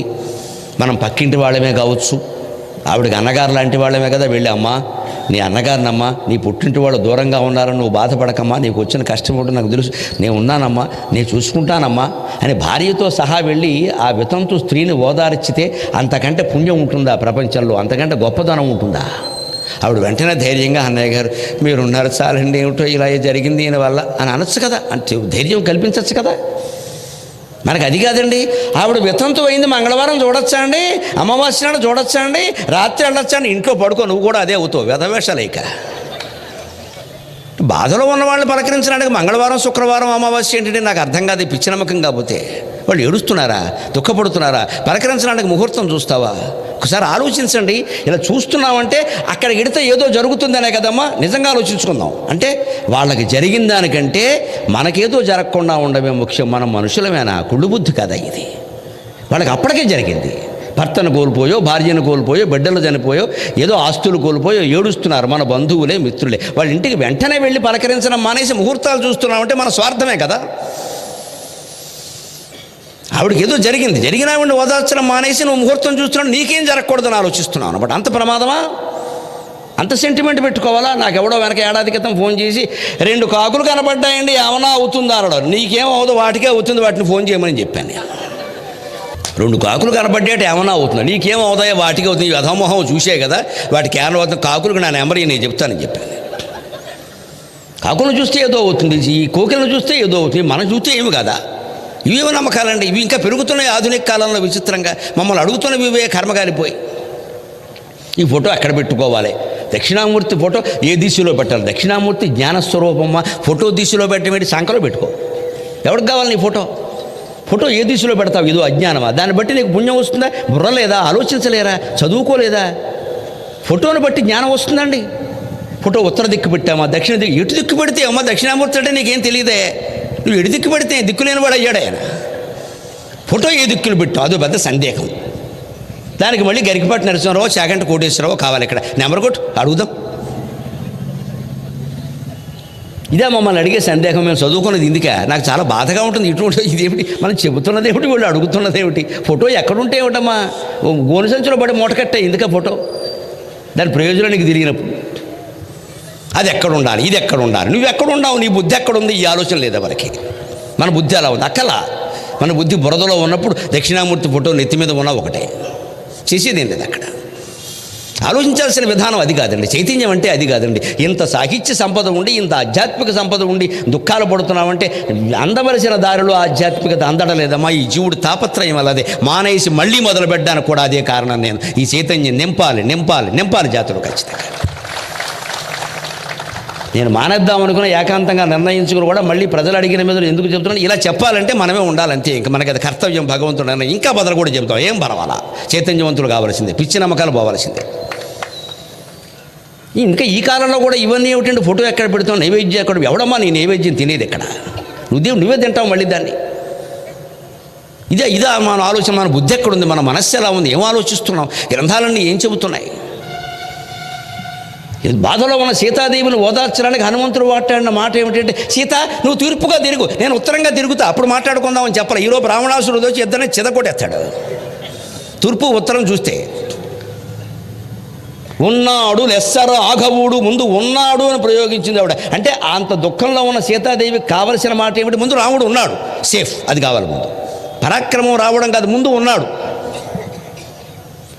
అందుకే ఉన్నాడు అని పాటతో మొదలెట్టిందండి ఆంధ్ర కవయిత్రి. ఎంత ఔచిత్యం, ఎంత ఔచిత్యం. దుఃఖంలో ఉన్న వాళ్ళకి ముందు ఉండాల్సిన మాట ఏమిటంటే ఉన్నాను నేనున్నాను అన్న మాటే కదండి 151 మందికి అధికారం ఇచ్చింది. నేనున్నా అన్న ఒక్క మాట 151 మందిని గెలిపించింది. అర్థమైపోతుంది కదా జనం ఎలా ఆలోచిస్తారో. అంటే ఒక నమ్మకం కలిగింది అంతే. మరి హనుమంతుడు చేసిన పనేదే. ఉన్నాడు నాకు లెస్స. పైగా ఉన్నాడు అనగానే వెంటనే ఏమనిపిస్తుంది అమ్మవారికి, రాముడు ఉన్నాడు సరే, మన షుగర్ ఏమైనా ఉందేమో, బీపీ ఉందేమో, గొంతు క్యాన్సర్ కూడా వచ్చిందేమో అనిపిస్తుంది. అందుకని లెస్స, హాయిగా ఉన్నాడు, ఏమీ లేదు, మొన్న ఆరోగ్య పరీక్షలన్నీ అయినాయి, సుఖంగా ఉన్నాడు. అది కావాలి రెండో మాట. తర్వాత ఉన్నాడిదే కపుల గూడి. వెంటనే ఆవిడకి ఏమనిపిస్తుంది, ఉన్నాడు బాగానే ఉంది, ఎవరన్నా కూడా ఉన్నారా వాళ్ళిద్దరైనా? ఎందుకంటే వీడు చాలా పెద్దవాడు, వీడిని జయించడం కష్టం. అంటే ఉన్నాడిదే కపుల గూడి, 1,000,000 మంది వానరులు ఉన్నారమ్మ, 1,000,000 మంది వానరులు ఉన్నారు. 1,000,000 మంది వానరుల కాలి గోటికి కూడా పోలైన వాడిని నేను సముద్రం దాటి వచ్చా, మిగిలిన వాళ్ళు ఎలా ఉంటారో ఊహించుకోమని చెప్పాడు. అది హనుమంతుడు పరమ నిగర్వ చూడామణి. మనం ఎవరైనా అటువంటి సాహసం చేస్తే నువ్వు హనుమంతుడువా, ఇంకా మీ దగ్గర ఎవరెవరు ఉన్నారులే తొట్టుగా ఇంక పనికిరారు, అక్కడ సుగ్రీవుడి దగ్గర ఊరికే జీతాలు తీసుకుంటారు పనికి మేళగా ఇంక అంతాను, నేను ఒక్కడే, నాకు అసలు సరైన గుర్తింపు లేదమ్మా, ఇలాగే ఎడుతాడు ఎంతసేపు ఇంకోడైతే. హనుమంతుడు అలా ఏడవలా. నువ్వు ఇంత వీరుడు అంటే, అమ్మా నన్నేం చూశావమ్మా, నాకంటే సుగ్రీవుడు కానీ, అంగదుడు కానీ, మైందుడు కానీ, ద్వివిధుడు కానీ, సుషేనుడు కానీ ఎటువంటి వీరుడు అంటే వారి కాలి గోటికి నేను పోలం, నాకంటే 100 రెట్లు గొప్పవాళ్ళు ఉన్నారు అనగానే ఆ ఇల్లాలు చాలా సంతోషించింది. ఇంతవాడు చాలా చిన్నవాడు, ఇంతకంటే పెద్దవాడు చాలామంది ఉన్నారు, వాళ్ళందరూ నా భర్తను సేవిస్తున్నారు అంటే ఈ రావణాసురుడు పని అయిపోయినట్టే అనుకుంది ఆవిడ. ఇది ధైర్యం కలిగించాలి. తర్వాత కార్యక్రమం వ్యవహారం ఎలా ఉన్నా సరే అంత తేలిగ్గా యుద్ధం ఏం జరగలేదు, అంత తేలిగ్గా ఇలా లక్ష్మణుడు ప్రాణాల మీదకి వచ్చింది, రాముడు ప్రాణాల మీదకి వచ్చింది, అది వేరే విషయం. అది కానీ ముందు ధైర్యానికి చెప్పాలా వద్దా? కాపాడుతానంటే ఖచ్చితంగా కాపాడుతానని చెప్పాలి. వీలైతే కాపాడడానికి ఒక కమిటీ వేస్తా, కమిటీ వేసాక ఎప్పుడు కాపాడతావు? 6 నెలలకా? ఈ మాటలు పనికిరావండి. ప్రజలకు ధైర్యం కలగాలి, నేనున్నా అని ఖచ్చితంగా చెప్పాల్సిందే అంతే. ఆ మాట నమ్ముతారు జనం, నమ్మినట్టే ప్రవర్తించాలి. అందుకే హనుమంతుడు ఉన్నాడు లెస్స రాఘవుడు ఉన్నాడు ఇది కపులగూడి ఉరుగతి రానయ్య ఉన్నాడు. అప్పుడు కూడా వచ్చే హనుమానుడు ఉన్నాడు సరే, ఆరోగ్యంగా ఉన్నాడు సరే, వానర సైన్యం కూడా ఉంది సరే, ఇంతకీ వస్తాడా రాడా, అక్కడ ఏమైనా పార్టీ చేసుకుంటూ కూర్చుంటాడు అక్కడ, మరి అది తెలియదు కదా. అన్ని అనుమానాలే, బాధలో ఉన్న వాళ్ళకి అన్నీ అలాగే ఉంటాయండి. అల్పపీడనం ఏర్పడినప్పుడే వాయుగుండం వస్తుంది. అల్పపీడనం లేదే వాయుగుండం రాదు. మనస్సులో ఒక బలహీనత ఏర్పడిందంటే అన్నీ చుట్టుకుని వచ్చేస్తాయి, వ్యాధులు, బాధలు, కష్టాలని, అనుమానాలు. అందుకని ఉన్నాడు సరే, ఆరోగ్యంగా ఉన్నాడు సరే, వానర సైన్యం ఉంది సరే, ఇంతకీ వస్తాడా రాడా, నన్ను మర్చిపోయాడంటే లేదమ్మా, ఉరుగతి రానయ్యున్నాడు, వానర సైన్యంతో 100,000,000 వానరుల సంఖ్యతో రానయ్యున్నాడు. అంతేకాదు అప్పుడు కూడా ఒక అనుమానం ఉంటుంది. ఒక్క వ్యర్థ పదం కూడా వాడలేదు మహాకవయిత్రి మొల్ల, ఒక్క వ్యర్థ పదం కూడా వాడాల. అప్పుడు కూడా ఆవిడకి వచ్చిన అనుమానం ఏమిటంటే, వస్తాడు సరే, యుద్ధం చేస్తాడు సరే, వీడిని జయిస్తాడు సరే, నన్ను తీసుకెడతాడా లేదా, నిన్ను గొనిపోనున్నాడు ఇది నిజము నమ్ము ఉర్వీతనయా. ఒక చిన్న కందపద్యంలో ఎంత భావం ఇవ్వడించిందండి. ఉన్నాడు లెస్స రాఘవుడు నాడిదే కపులగూడి ఉరుగతి రానయ్యున్నాడు నిన్ను గొనిపోనున్నాడు ఇది నిజము నమ్ము ఉర్వీతనయా. ఇలాంటి కందపద్యాలు ఒకరు పనిగట్టుకుని దీని మీద పరిశోధన చేసినటువంటి ఊటుకూరు లక్ష్మీకాంతమ్మ గారు, మంచి సాహిత్యవేత్త కూడా ఆవిడ మొల్ల రామాయణంలో మంచి అత్యుత్తమమైన కందపద్యాలన్నీ ఏరి ఒక చోట రాస్తే ఆశ్చర్యకరంగా మొత్తం కథ అంతా 20 పద్యాల్లో వచ్చేసిందండి. 20 కందపద్యాలు, కంద రామాయణం అని పెట్టారు. కేవలం మొల్ల రామాయణంలోంచి 20 పద్యాలు ఏరి ఏదో గాయత్రి మంత్రంలాగా, గాయత్రి రామాయణంలాగా ఆ 20 కందపద్యాలు ఓ చోట పెడితే సరిగ్గా రాముడు పుట్టిన దగ్గర నుంచి రామ పట్టాభిషేకం వరకు కథ వచ్చేసింది. కావ్య నిర్మాణంలో అంత జాగ్రత్త తీసుకుంటారు మన వాళ్ళు. ఇప్పుడు చూడండి, సుందరకాండ చదివితే పనులు అవుతాయి, తెలివితేటలు వస్తాయని ఎందుకన్నారంటే, హనుమంతుడు ఇంత చెప్పినా సీతాదేవి నమ్మలేదు. దూతలుగా వచ్చిన వాళ్ళని, పరాయి వ్యక్తుల్ని తొందరగా నమ్మకూడదు, ఆడవాళ్ళు ముఖ్యంగా గుర్తుపెట్టుకోవాలి. అందుకే సీతాదేవి నుంచి మనం గ్రహించాలి, అంత కష్టంలో ఉండి కూడా, అంత మనస్సు బలహీనపడి కూడా ఇలా ఏదో 4 పద్యాలు చెప్పగానే నమ్మేలేదు ఆవిడ. రాముడు ఎలా ఉంటాడో చెప్పు, లక్ష్మణుడు ఎలా ఉంటాడో చెప్పు, రూపురేఖలండి వర్ణించమని. అంటే ఏమిటి, అన్ని జాగ్రత్తలు తీసుకుని ఆధార్ కార్డు చూసి దానికి పాన్ కార్డు జత చేసి 2 గూగుల్లో వెతికితే తప్ప సీతాదేవి ఒప్పుకోలేదు. ఈ జాగ్రత్త మనం పడాలి, పడితే పనులు అవుతాయి. అందుకే సుందరకాండ చదివితే పనులు అవుతాయి. అందుకే ఆవిడ చెప్పమని అడిగింది, రాముడు ఎలా ఉంటాడో చెప్పు. ఎందుకంటే ఆవిడ పూర్తిగా తెలుసు, కాపురం చేసిన మనిషి. లక్ష్మణుని నిరంతరం చూస్తోంది. రఘువంశరాజులందరిది ఒకటే లక్షణం, అందులో వాళ్ళు అన్నదమ్ములు, ఒక్కరోజు తేడా. అందుకని చెప్పవయ్యా అంటే, అవునమ్మా నేను చెప్పకపోవడం ఏంటి, రామచంద్రమూర్తితో నాకు 6 నెలల సాంగత్యం ఉంది. కిష్కింధకాండ కథ మొత్తం 8 నెలల కథ, బాలకాండ కథ మొత్తం 12 సంవత్సరాల కథ, అయోధ్యకాండ కథ మొత్తం 13 సంవత్సరాల 1 మాసం 10 రోజుల కథ, అయోధ్యకాండ కథ మొత్తం 12 సంవత్సరాల 1 నెల కథ, అరణ్యకాండ కథ మొత్తం 13 సంవత్సరాల 1 మాసం 10 రోజులు. అక్కడి నుంచి ముందుకు వెళ్ళిపోయింది, సీతాపహరణం జరిగింది. కిష్కింధకాండ మొత్తం 8 మాసాలు, సుందరకాండ మొత్తం 1.5 రోజు, 1.5 డే, ఓన్లీ కేవలం 36 గంటల కథ. యుద్ధకాండ మొత్తం 21.5 రోజుల కథ. పరమ పరిశోధనలో బయటపడినటువంటి విషయాలు ఇవి. రామాయణ భారతాల పుక్కిటి పురాణాలు కావు, పక్కా చరిత్రలు, మన జీవితాలు ఇవి. నిజం చెప్పాలంటే ఏ కథ ఎన్నాళ్ళు జరిగిందో లెక్క ఉంది, డేట్లు సహా చెప్పారు. అన్నీ చెప్పడానికి నాకు ఇక్కడ సమయం కుదరదు. కానీ అందుకని 8 నెలల కిష్కింధకాండ జరిగితే అందులో 6 నెలలు వీరి సావాసం ఉంది కదా, అందుకని చూశానమ్మా అని రాముడిని వర్ణిస్తున్నాడు. ఎంత అందమైన మాట! నిత్యం ప్రార్థనగా చదువుకోవలసిన పద్యం ఇది. ఇంట్లో రాముడు విగ్రహం పెట్టుకుని ఇక్కడ కానీ రామాలయంలో కానీ ప్రార్థనగా చదువుకోవలసిన పద్యాన్ని రామ రూప వర్ణన, ఇందులో లక్ష్మణుని వర్ణన కూడా కలిపి మళ్ళీ చెబుతోంది మనకి. నీలమేఘఛాయబోలు దేహము వాడు ధవళాబ్జపత్ర నేత్రములవాడు. అమ్మా ఏం వర్ణించమంటావమ్మా రామచంద్రమూర్తిని?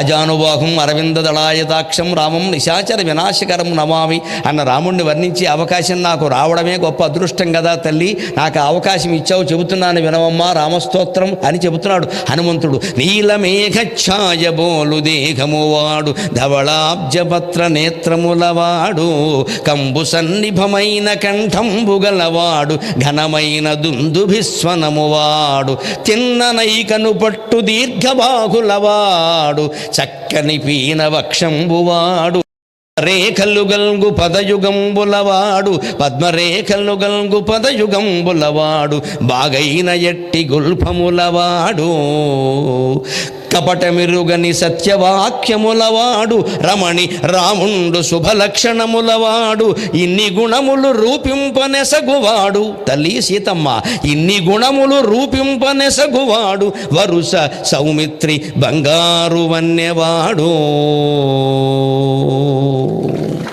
రామాయ రామభద్రాయ రామచంద్రాయ వేధసే రఘునాథాయ నాథాయ సీతాయ పతయే నమః. రంగు రూపం విశేషం అన్ని కళ్ళకి కట్టినట్టుగా వర్ణించాడు హనుమంతుడు.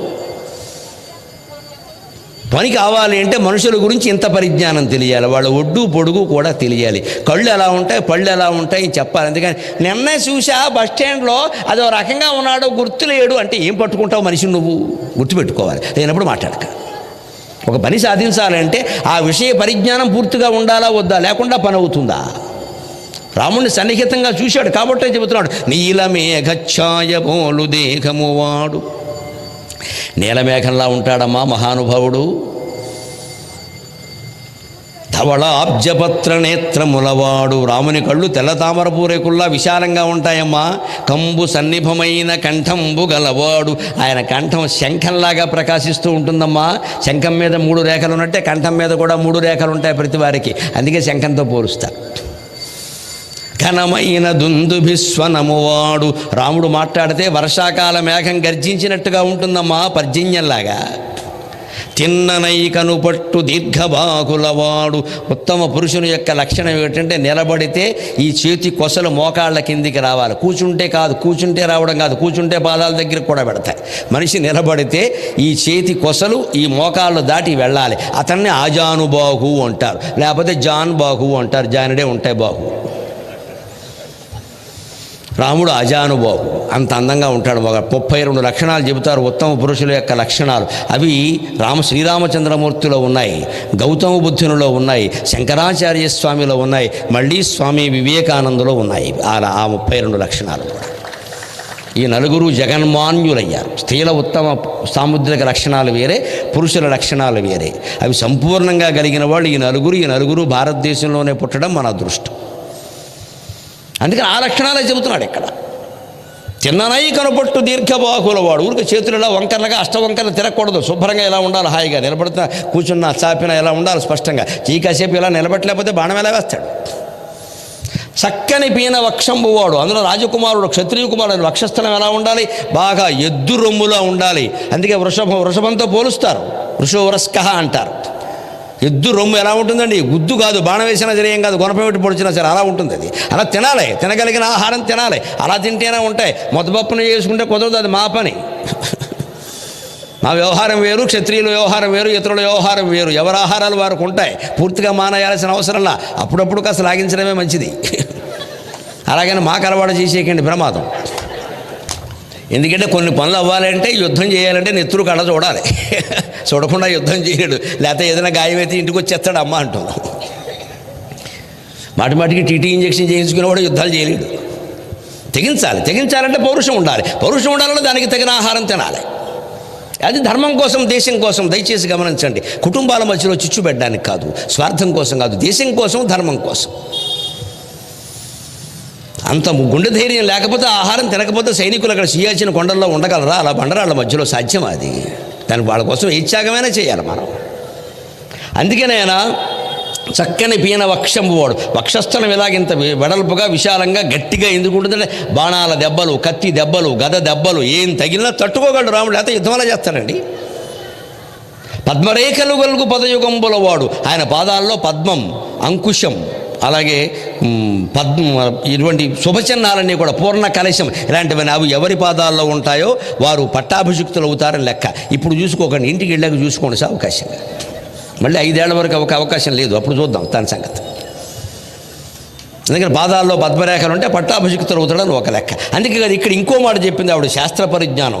బాగైన ఎట్టి గొల్పముల వాడు, చీలమండలు ఇక్కడ ఉంటాయి, చీలమండలు. ఆ చీలమండలు మంచి గట్టిగా ఉన్నాడు. అవి ఎందుకంటే వర్ణించడం, అవి ఎందుకు వర్ణించడం అంటే విలుకాడు, ధనుర్బాణాలు వేసే విలుకాడు ఎప్పుడు కూడా 4 పద్ధతుల్లో వేస్తారు. ఆలీఢం, ప్రత్యాలీఢం, సంలీఢం, వ్యాలీఢం. ఎడమకాలు ముందుకు పెట్టి కుడికాలు వెనక్కి పెట్టి ఇలా బాణం వేస్తారు సాధారణంగా, దాన్ని ఆలీఢం అంటారు. ఆ కాకుండా ఓసారి కాలు లాగినప్పుడు కుడికాలు ముందుకు పెట్టి ఎడంకాలు వెనక్కి పెట్టి ఇలా వేస్తారు, దాన్ని ప్రత్యాలీఢం అంటారు.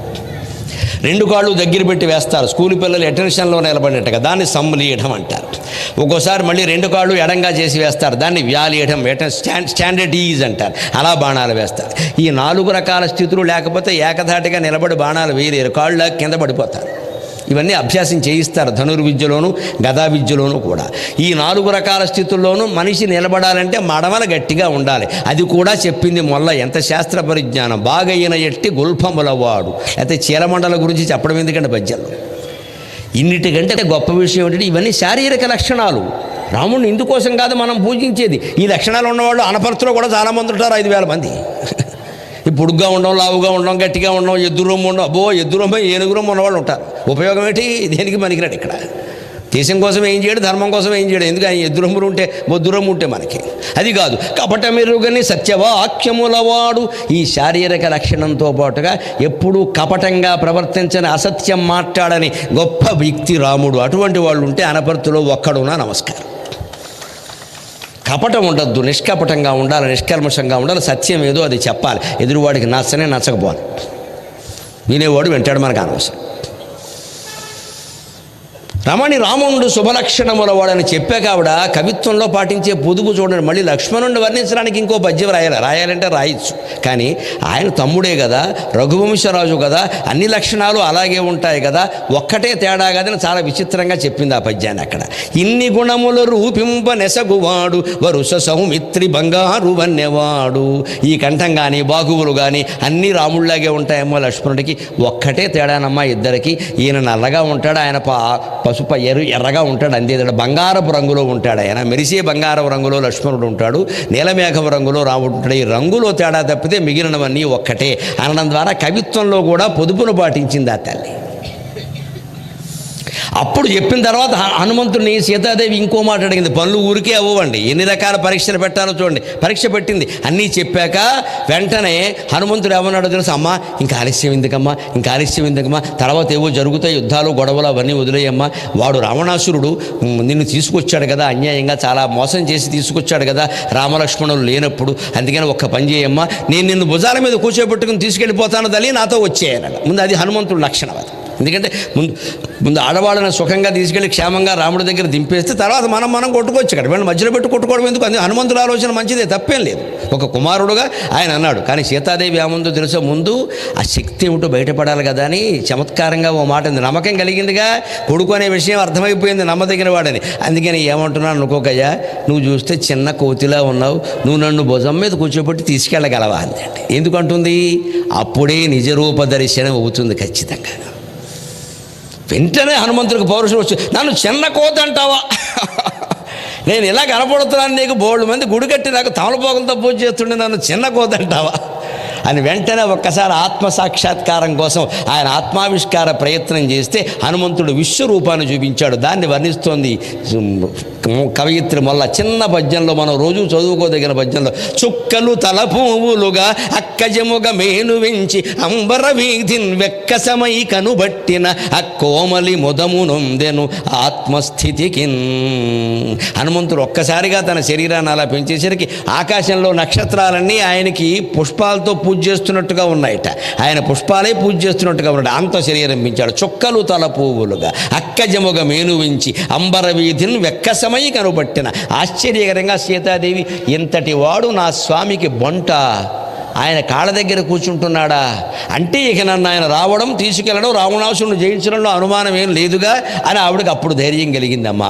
అప్పుడు ఆవిడ ఆహారం దొరికితే 2 మెతుకులు తిందామనే అనుకుంది ఆవిడ. సంతోషంలో ఉంటే తింటాంగా.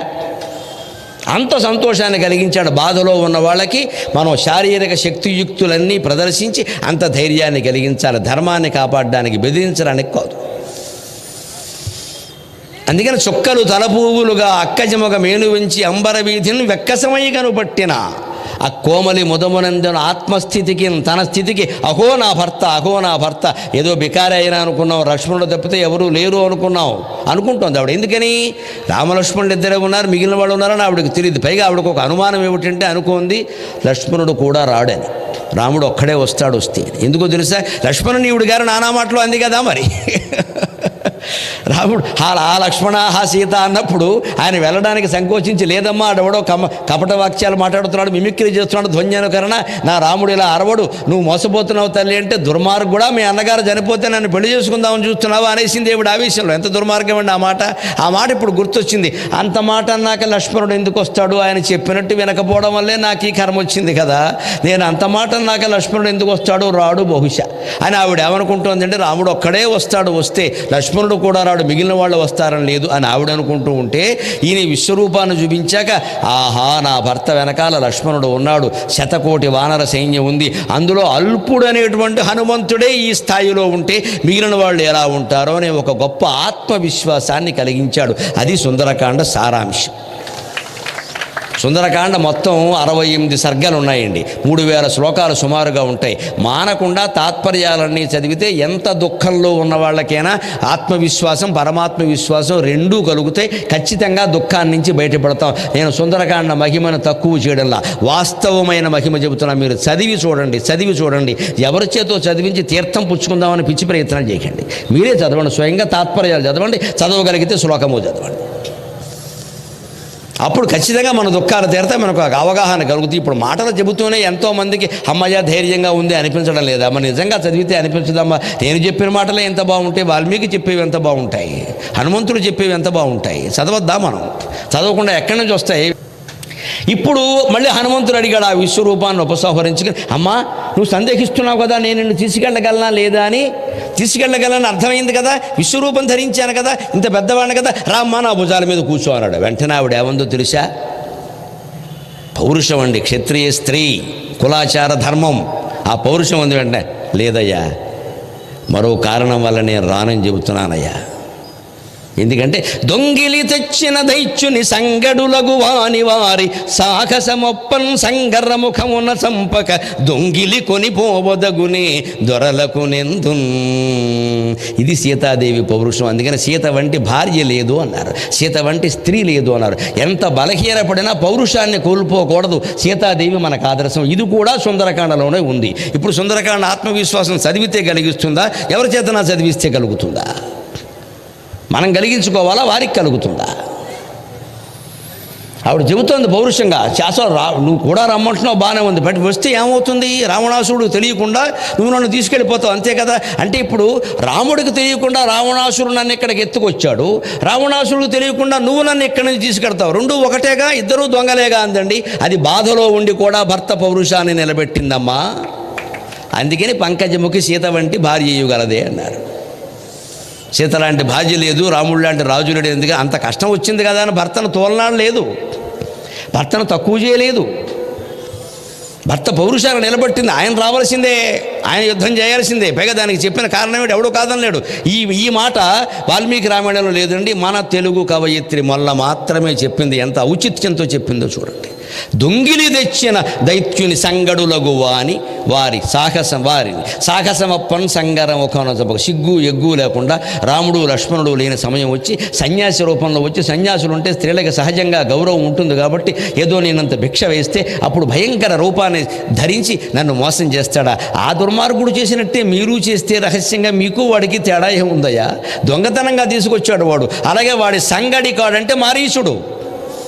వాడో మాయ వేషం వేస్తాడా, వీడో మాయ వేషం వేస్తాడు, వాడు లేడీ వేషం వేస్తాడా, వీడి సన్యాసి వేషం వేస్తాడా? ఇద్దరు కలిసి నన్ను, నా భర్తని మాయ చేసి మోసం చేసి నన్ను తీసుకొస్తారా? ఇప్పుడు మళ్ళీ నీ వెనకాల నేను వస్తే, నీ భుజం మీద వచ్చినా నడిచి వచ్చినా ఎలాగైనా నీ వెనకాల నేను వస్తే వారు చేసిన మోసం నా భర్త కూడా చేసినట్టే కదా.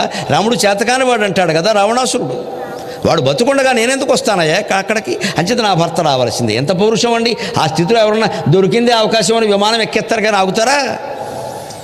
అంత క్షోభపడుతూ ఉరేసుకుందుకు సిద్ధపడిన స్త్రీ కూడా ప్రాణాన్ని నిలబెట్టుకుని పరిష్కారం జరగవలసిందే కానీ పద్ధతిగా జరగాలి. ఎలా జరగాలో అలా జరగాలి. ఇష్టం వచ్చిన పరిష్కారాలు ఎలా కుదురుతాయి? ఒక సమస్యను పరిష్కరించామంటే కొత్త సమస్యను సృష్టించేలా ఉండకూడదు. అది కనీసం పాత సమస్యను పరిష్కరించాలి. లేదు దాన్ని అలా వదిలేయాలి, ఎవడో పరిష్కరించుకుంటాడు. ఇంకా దాన్ని మొత్తం చిచ్చు చేస్తే అలాగా. అంటే అలా కాకూడదు అబ్బాయి, ఇది మరింత అవమానం ఇది. అందుకని దొంగిలి తెచ్చాడు వాడిని అటువంటి వాడిని సంగరముఖమున చంపక, యుద్ధంలో చంపకుండా దొంగిలి కొనుపోవదగునే దొరలకునేందు. దొరలైన వాడు రామచంద్రమూర్తి దొరకునా ఇటువంటి దొర అని ఈ త్యాగరాజస్వామి ఎన్ని కీర్తనలు రాశాడండి. దుడుకుగలనన్నే దొరకొడుకు బ్రోచునురా అన్నాడు త్యాగరాజస్వామి. దుడుకుగలనన్నే దొరకొడుకు బ్రోచునురా అన్నాడు. రామచంద్రమూర్తి అంటే దొరలాగే ప్రవర్తించాలి, దొంగలా ప్రవర్తించకూడదు. అందుకని నా దొరని రమ్మని చెప్పి ఇక్కడికి, అలాగే నేను వస్తా. ఇది సీతాదేవి పౌరుషం. కష్టంలో కూడా ఇంత పౌరుషాన్ని ప్రదర్శించగలగాలంటే సుందరకాండ చదవాలమ్మా, తప్పకుండా చదవాలి. అందరూ చదవాలి. అన్ని కులాల వాళ్ళు, స్త్రీ పురుష భేదం లేకుండా మీ ఇంట్లో సుందరకాండ చదవండి. మీకోసం చదవండి, ప్రసాదాల కోసం, నైవేద్యం కోసం, మహిమల కోసం కాదమ్మా, జ్ఞానం కోసం చదవండి. ఏమాత్రం అవగాహన కలిగినా నేను ధన్యుడు. రామరావణ యుద్ధం జరిగింది. బ్రహ్మాండమైన యుద్ధం అది. ఎన్ని ఘట్టాలు చెప్పుకున్నా తనివి తీరదు. కానీ మనకి సమయాన్ని బట్టి ముఖ్యమైనటువంటి 2-3 ఘట్టాలు చెప్పుకుని 7 గంటల 30 నిమిషాలకి మనం సెలవు తీసుకుందాం. ముఖ్యంగా రామరావణ యుద్ధంలో భయంకరమైన సన్నివేశం, బాధాకరమైన సన్నివేశం ఏంటంటే లక్ష్మణుని మూర్ఛ. అది కేవలం మూర్ఛ కాదు, మామూలుగా మనం ఏదో మూర్ఛ అంటాం, అది మరణమే. రావణాసుడు ప్రయోగించిన శక్తికి లక్ష్మణుడు చనిపోయాడు. అది మూర్ఛ అనడానికి లేదు. అది మళ్ళీ పోయిన ప్రాణం పోసినట్టే అయిందంతే. అక్కడ అంతటి స్థితి, పూర్తిగా పోయాడు అని చెప్పకపోయినా అంత స్థితి నిజంగా ఇంచుమించు అంటే ఇప్పుడు వెంటిలేటర్ల మీద పెట్టడం లాంటిది నిజం చెప్పాలంటే అంతే. అప్పుడు రామచంద్రమూర్తి దుఃఖిస్తున్నాడండి.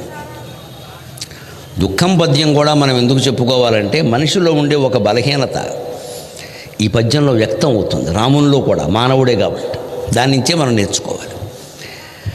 తమ్ముడు పడిపోయి ఉంటే అక్కడ మళ్ళీ లేచే పరిస్థితి లేదు, ఇక బతకడేమో అని అంటూ ఉంటే వానర సైన్యంలో పెద్దవాళ్ళు కూడా తట్టుకోలేక రాముడు ఒక ప్రకటన చేశాడు. ఆశ్చర్యకరంగా రామాయణంలోనూ ఉంటుంది ఇది. ఒక ప్రకటన చేశాడు. వినుడు కపీంద్రులారా. ఆ దుఃఖాన్ని భరించలేక తమ్ముడు పోయిన దుఃఖాన్ని, నీలాంటి తమ్ముడు ఎక్కడ దొరుకుతాడు రా? దేశే కళత్రాణ దేశే మిత్రబాంధవాక. భార్యలు, మిత్రులు, బంధువులు ఎక్కడైనా దొరకచ్చు. లక్ష్మణ, నా కోసం 14 ఏళ్ల పాటు నిద్రాహారాలు మానేసి కష్టపడ్డావి. నీలాంటి తమ్ముడు ఎక్కడైనా దొరుకుతాడా? వదిన గారు అనరాని మాటలన్నీ అన్నా నాకు సేవ చేస్తూ ఉన్నవి. నీలాంటి తమ్ముడు ఎక్కడైనా దొరుకుతాడా? నువ్వు పోయిన తర్వాత నేనెందుకురా ఇక్కడ? ఈ రావణాసుడు సామాన్యులు అనుకున్నాం, సామాన్యుడు కదరా, భయంకరమైన యుద్ధం చేస్తున్నాడు. ఇక్కడ మేము మమ్మల్ని మా ప్రాణాలు తోడేస్తున్నాడు. ఇక్కడ వీడిని నేను గెలవగలనా? ఏదో పౌరుషం పట్టుకుని వచ్చాను కానీ అసలు నాదే తప్పు అని వానర వీరుల్ని పిలిచి ఏమంటాడంటే ఆయన, వినుడు కపీంద్రులారా, పలవించుచున జనకుండు నాకముంజనియే, పలవించుచున జనకుండు నాకముంజనియే. ధరాతనో భవ నిశాచరుచే చెరబోయే, ధరాతనో భవ నిశాచరుచే చెరబోయే. నేటితో అనుజుడు తీరే, నేటితో అనుజుడు తీరే, ఇంక అడియాశలనుండగ నాకు ధర్మమే, ఇంక అడియాశలనుండగ నాకు ధర్మమే. చనుడు నిజాశ్రమంబులకు సంశయముందక మీరు గొబ్బునన్, చనుడు నిజాశ్రమంబులకు సంశయముందక మీరు గొబ్బునన్. దుఃఖంలో మునిగిపోయిన మనిషి ఎలా మాట్లాడతాడో చూడండి. విచిత్రంగా మనం కూడా ఎలా ఉంటామంటే, ఒక దుఃఖం ఏదైనా వస్తే దానికి ఇంకాస్త పాత దుఃఖాన్ని జోడించుకుని అన్నీ కలిపి ఈ రోజే వచ్చినట్టుగా ఏడుస్తూ ఉంటామండి. సరిగ్గా మానవ సహజ లక్షణం ఇది. అందుకే ఈయన ఏమంటున్నాడో చూడండి. కపీశ్వరులారా వినండి అంటే అందరూ కంగారు పడిపోతున్నారు. ఏమిటి ఈ సమయంలో ఏం మాట్లాడతాడు ఈయన? తమ్ముడు చనిపోయాడన్న బాధలో ఏం మాట్లాడతాడు, ఏ ప్రకటన చేస్తాడు, కొంపతీసి యుద్ధం విరమిస్తాడా ఏమిటి అని వాళ్ళు అనుకుంటుంటే ఈయన ఏమంటున్నాడంటే, అనవసరం, నా జీవితమే ఇంత, భగవంతుడు నన్ను కష్టాలు పడ్డానికే పుట్టించాడు. పలవించుచున జనకుండు నాకముం జనయే, నా కోసం రామా రామా రామా అని ఏడుస్తూ నా తండ్రి చచ్చిపోయాడు దశరథుడు. ధరాతనోభవ నిశాచరుచే చెరబోయే, సీతాదేవిని ఎవడో పనికిమాలిన రాక్షసుడు ఎత్తుకుపోయాడు. ఇన్ని కష్టాలు ఎవరికైనా ఉంటాయా? ఇప్పుడు జరిగింది ఏమిటి? నేటితో అనుజుడు తీరి, ఇగో ఈ రోజుతో తమ్ముడు కూడా చనిపోయాడు. ఇంకా అడియాశలనుండగా నాకు ధర్మమే, ఇంకా నేను ఏం ఆశించి బతుకుండారు ఇక్కడ. అందుకని నేను చనిపోతానో, ఆత్మహత్య చేసుకుంటానో, సముద్రంలో దూకుతానో చేసుకుంటానో మీకు అనవసరం. మీరు నా కోసం చాలా శ్రమపడ్డారు ఇప్పటికే. చనుడు నిజాశ్రమం బులకు సంశయముందక మీరు గొబ్బునన్. యుద్ధ విరమణ ప్రకటిస్తున్నాను. నేను రావణుడి చేతుల్లో ఓడిపోయాను, నాకేమి అంగీకరించడానికి ఇబ్బంది లేదు. నా తమ్ముడు పోయిన తర్వాత నేను యుద్ధంలో గెలిచినా కూడా నాకు కలిసి వచ్చేది ఏం లేదు ఇక్కడ అని సరిగ్గా భగవద్గీతకు ముందు అర్జునుడు ఏం మాట్లాడాడో అదే మాట్లాడుతున్నాడు ఇక్కడ రామచంద్రమూర్తి. జరగకుండా ఆయన మాట్లాడాడు, జరిగాక ఈయన మాట్లాడుతున్నాడు, అది ఒక్కటే తేడా. సరిగ్గా ఇక్కడ గమనించండి. కాస్త తేదీలు వేయండి ఈ దుఃఖాలకి, మానవ జీవితం అర్థమైపోతుంది. దశరథుడు చనిపోయాట, రామా రామా అని పలవిస్తూ. ఎప్పుడండి ఈయన ఎప్పుడు ఏడుస్తున్నాడు? లక్ష్మణుడు పోయాడని యుద్ధకాండలో కదా. యుద్ధానికి ముందు 14 ఏళ్ళు అరణ్యవాసం ఉందా లేదా? ఆ 14 ఏళ్లలో అయోధ్యను విడిచిపెట్టి వచ్చాక కదా దశరథుడు పోయింది. అంటే 14 ఏళ్ల క్రితం జరిగిన దుఃఖాన్ని ఇప్పుడు గుర్తు తెచ్చుకోవాలా? పైగా దశరథుడు ఏమైనా బాలాకుమారుడా? 60,000 ఏళ్ళు బతికాడు. అప్పటికి ఇంకెంతకాలం బతుకుతాడు? ఈవేళ పత్రికలో చూసా, జపాన్లో ఒక ఆవిడ 117 ఏళ్ళు బతికి పుట్టినరోజు జరుపుకుందిరా, చాలే తల్లి అని నమస్కారం పెట్టుకోండి, మనకు కూడా ఆయుర్దాయం పెరుగుతుందని. 117 ఏళ్ళు మన మొత్తం ఇలా ఆయన బూజు అయిపోయి ఉంది, ఎవడో జరుపుకుంది ఆవిడ. అందుకే ఎంతకాలం ఇది? 60,000 ఏళ్ళు బతికాడు. 117 ఏళ్ళు విచిత్రమైతే 60,000 ఏళ్ళు ఎంత విచిత్రం? రాముడు కోసం పలవరిస్తూ పోయాడు ముసలాడు, చిన్నపిల్లాడా? పైగా పోయింది ఎప్పుడు? 14 ఏళ్ల క్రితం. ఇప్పుడు లక్ష్మణుడు పోవడానికి దశరథుడు పోవడానికి సంబంధం ఏంటంటే సరిగ్గా మనము ఇంతే. ఏదైనా వ్యాపారం చేసి అందులో అనుకోకుండా ఓ 10 లక్షల నష్టం వచ్చింది అనుకోండి, అప్పుడే సరిగ్గా ఏవో నష్టం అనుకుంటాం మనం. అంతకుముందు ఏమంటాం? తర్వాత అప్పుడు అనారోగ్యం వచ్చింది అనుకోండి, ఇప్పుడు అనారోగ్యం వచ్చింది, ఎవరికి ఇంట్లో క్యాన్సర్ లాంటిది ఏదో వచ్చింది, ఖర్చు అవుతున్నాయి. అప్పుడెప్పుడు 5 ఏళ్ల క్రితం వచ్చిన వ్యాపార నష్టాన్ని గుర్తు చేసుకుని ఏంటో 5 ఏళ్ళుగా జీవితం బాగోట్లేదు, అసలు అన్నీ నష్టాలే, అనారోగ్యాలు, కష్టాలు, నష్టాలు. అప్పుడే కర్మగాలిపో అల్లుడికి కూతురికి గొడవ అయిపోయి కూతురు ఇంటికి వచ్చేస్తుంది. అప్పుడే విడాకులు కూడా సిద్ధమైపోతాయి. ఓ పక్క ఇంట్లో కొడుకు కోళ్ళు ఉంటారు, ఈ కోళ్ళకి ఈ కూతురికి అసలేపడదు, అనవసరంగా వచ్చింది, నీ కూతురు చూరట్టుకు వేలాడుతుంది, ఈ కోడులు దెప్పడం మొదలెడుతుంది ఇక్కడ. ఇవన్నీ పడలేక మనిషి ఏమనుకుంటాడంటే, ఒక 5-6 ఏళ్ళుగా మా జీవితం అంతా అస్తవ్యస్తం అయిపోయిందని ఎవరినో ఆశ్రయిస్తాడు, వాడు మొత్తం 3 లక్షలు గోకేస్తాడు. సరిగ్గా మన బలహీనతలు ఎలాగా ఉంటాయి? ఎప్పుడు దుఃఖాన్ని కలుపుకోకూడదు. లక్ష్మణుడు చనిపోవడానికి, లక్ష్మణుడు పోని యుద్ధంలో పడిపోవడానికి 14 ఏళ్ల ముందు దశరథుడు చనిపోతే ఆ దుఃఖాన్ని ఇప్పుడు ఎందుకండి కలుపుకోవడం? పైగా ధరాతనోభవ నిశాచరుచే చెరబోయే, సీతాదేవిని ఎత్తుకుపోయింది పోనీ 6 నెలల క్రితం. అది గుర్తు తెచ్చుకున్నామంటే పోనీ అర్థం అనుకోదు. అందుకారణంగానే యుద్ధం వచ్చింది, ఆ కారణంగానే లక్ష్మణుడు చనిపోయాడు. ఆ రెండు కలిపితే పోనీ అర్థంలా. దశరథుడు చనిపోవడానికి దీనికి సంబంధం ఏమిటండి? మనం సరిగ్గా అల్పపీడనం రాగానే వాయుగుండం ఏర్పడినట్టుగా ఒక దుఃఖం ఏర్పడగానే పాత దుఃఖాలన్నీ దానికి కలిపి గుర్తు చేసుకుని మొత్తం కలిపి ఒక పర్వతంలా ఊహించుకుని కింద పడి ఏడుస్తూ ఉంటాం. అంతేకాదు అపార్థాలు కూడా ఉంటాయి. ఎక్కడైనా ఎలా ఉంటాయంటే, కొత్త కోడలు ప్రవేశించింది అనుకోండి, ఆ తాంబూలాల దగ్గర, ఆ పెళ్లి దగ్గర ఏ ఏదైనా కొంచెం మనకి చిన్న మాట తేడా వచ్చిందనుకోండి, అప్పటికి దాన్ని వదిలేస్తాం, ఏం మాట్లాడము. తర్వాత కోళ్ళు ఇంట్లోకి వచ్చిన తర్వాత మళ్ళీ ఏదైనా చిన్న తేడా వచ్చింది, ఇప్పుడేంటి అప్పుడే చూసాం అని మాట్లాడతారు. ఇక్కడ సరిగ్గా ఇదే అది. అప్పుడు చూస్తే అప్పుడు ఎందుకు మాట్లాడలా, అప్పుడు ఎందుకు వదిలేసావు, ఇప్పుడు ఇంకోటి జరిగేసి దాన్ని కలిపేస్తారు. ఇంకో 4 రోజుల్లో ఇంకోటి జరిగింది అనుకో, అసలు ఏపరాలే అంతా, ఏపరాలంటే వియ్యపురాలు పలకలేక. ఎందుకంటే ఆడాళ్ళకి ఆడాళ్ళని అనడం సరదా, మొగాళ్ళకి మొగాళ్ళని అనడం సరదా, దేవుడికి మన అందరినీ అనడం సరదా. ఆవిడ పెంపకమే అంతా. ఆ రోజే అనుకున్నాను, గడపలో కాలెట్టినప్పుడే తెలిసిపోయింది, గడప తన్నేసింది. కనపడక తన్నేసింది ఏనమ్మా, అత్తారిల్లు కదా, తెలియదు కదా, అసలు ఒకళ్ళు లైటేసేవో లేదో నువ్వు, కనపడక తన్నింది, అబ్బే తన్నేసింది అనుకున్నా నేను, కాపురం సాగుదని. వాళ్ళందరూ అంతే అంతే మొత్తం సాగుతాడు. ఒకదానికి ఎప్పుడు ఒక బాధకి ఇంకో బాధని, ఒక ఆరోపణకి ఇంకో ఆరోపణని జోడించకూడదమ్మా, ఎక్కడిదక్కడ వదిలేయాలి. జీవితం సుఖంగా ఉండాలంటే ఎలా ఉండాలో నిన్న చెప్పా, ముఖ్యమైనది కాబట్టి మళ్ళీ చెబుతున్నా. జరిగిన దాన్ని మర్చిపోవాలి, జరుగుతున్న దాన్ని గమనించాలి, జరగబోయేదానికి సిద్ధంగా ఉండాలి. అప్పుడు జీవితం చాలా ఆనందంగా ఉంటుంది. జరిగిన దాన్ని ఎప్పటికప్పుడే మర్చిపోవాలి. అది నిన్నటిది ఎప్పటికప్పుడే పరగడుపు అంటారు, మర్చిపోవాలి. వెంట దానికి దీన్ని కలపక, జరుగుతున్న దాన్ని గమనించు, సాక్షిపోతంగా అందులో వేలెట్టి కెలక్కు, స్క్రూ పెట్టి తిప్పేకు, దాన్ని గమనించు అంతే. జరగవలసింది ఎలాగో జరుగుతుంది, జరుగుతున్న దాన్ని గమనించు, జరగబోయేదానికి సిద్ధంగా ఉండు. ఏది శాశ్వతం కాదు, ప్రాణంతో సహా. అప్పుడు జీవితం ఆనందంగా ఉంటుంది. దానికి దీన్ని కలిపి దాన్ని కలిపి భవిష్యత్తు కూడా ఇలాగే ఉంటుంది. ఇంకా మన జాతకం ఇంతే చెప్తూనే ఉన్నారు పంచాంగంలో, 5-6 ఏళ్ల వరకు ఇంతే అని చెప్పి. 5-6 ఏళ్ల వరకు ఎడుతూ కూర్చుంటావా? ఈలోపు మార్పు రాదా? అంత ఆశావాదం లేకపోతే ఎలాగండి, ఎలా బతుకుతాం? ఇది బ్రాహ్మణుడి నుంచి మనం నేర్చుకోవాల్సింది. రాముడు ఎందుకు ఏడ్చాడంటే మనం ఏడిపిద్దామని కాదు, నా అలాగా ఏడవకంటారు అబ్బాయిని చెప్పడానికి.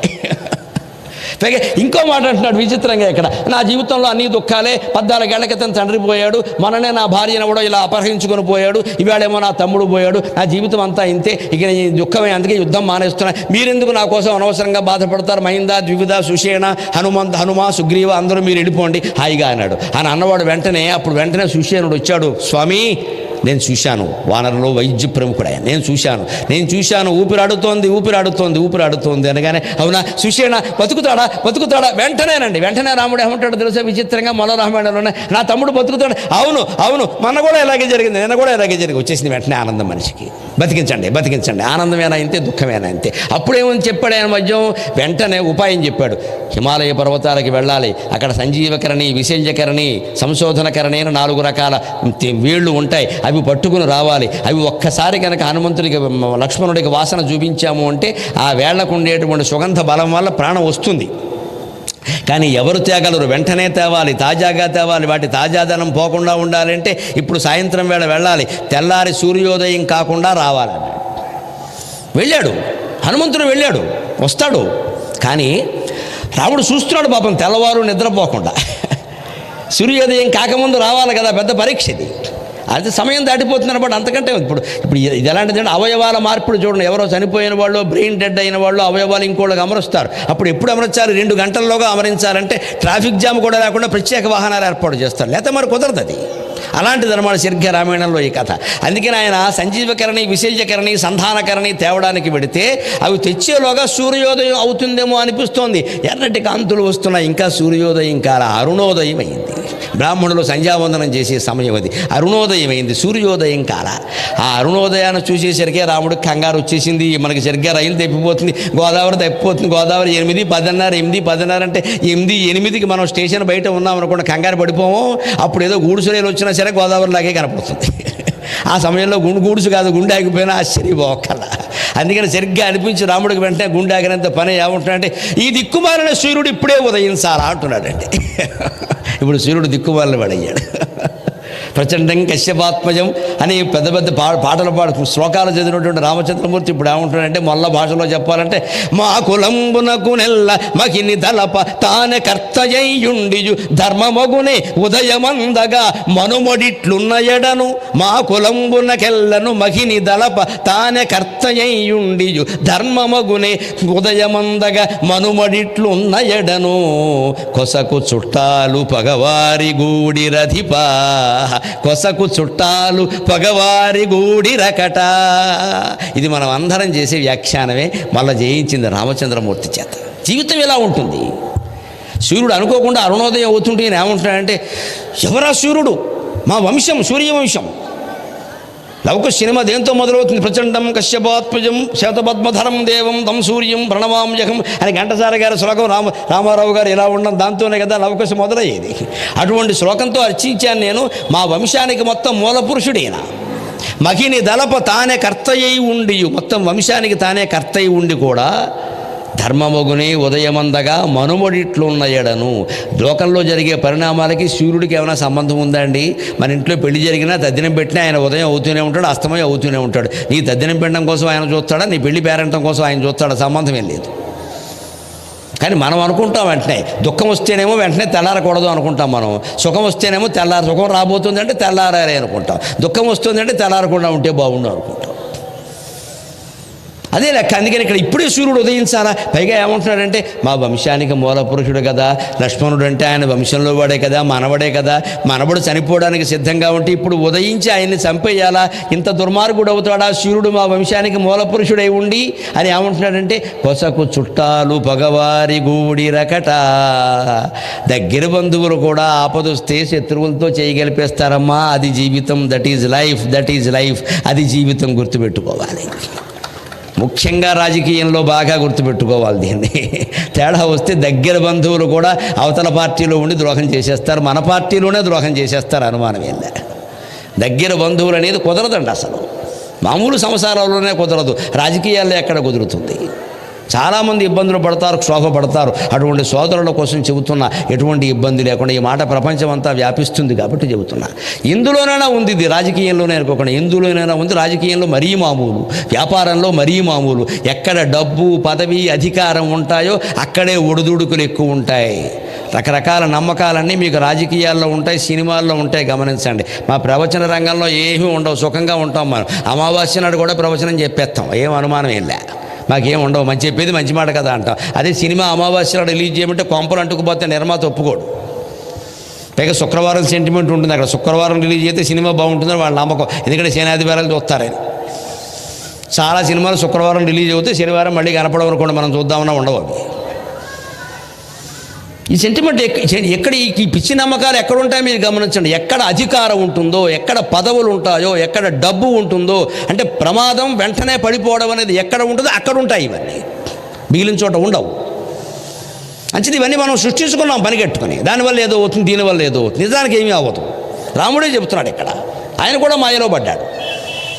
ఈయన ఇప్పుడే ఉదయించాలని మా వంశానికి మూలకర్త సూర్యభగవానుడు కూడా చుట్టాలతో చేయగలిపేశాడు, శత్రువులతో చేయగలిపేశాడు, రావణాసుడితో. అందుకే నా తమ్ముడికి మందు రాకుండానే ఆయన ఉదయిస్తున్నాడు. ఉదయిస్తే మందు పనిచేయదు కదా, నా తమ్ముడు ఏమైపోతాడు, కనీసం తన వంశంలో మనవడు కదా, ఈయన మీద ఆయనకి జాలి ఉండద్దా అంటున్నాడండి. విచిత్రంగా సూర్యుడికి ఈ పరిణామానికి ఏమైనా సంబంధం ఉందా?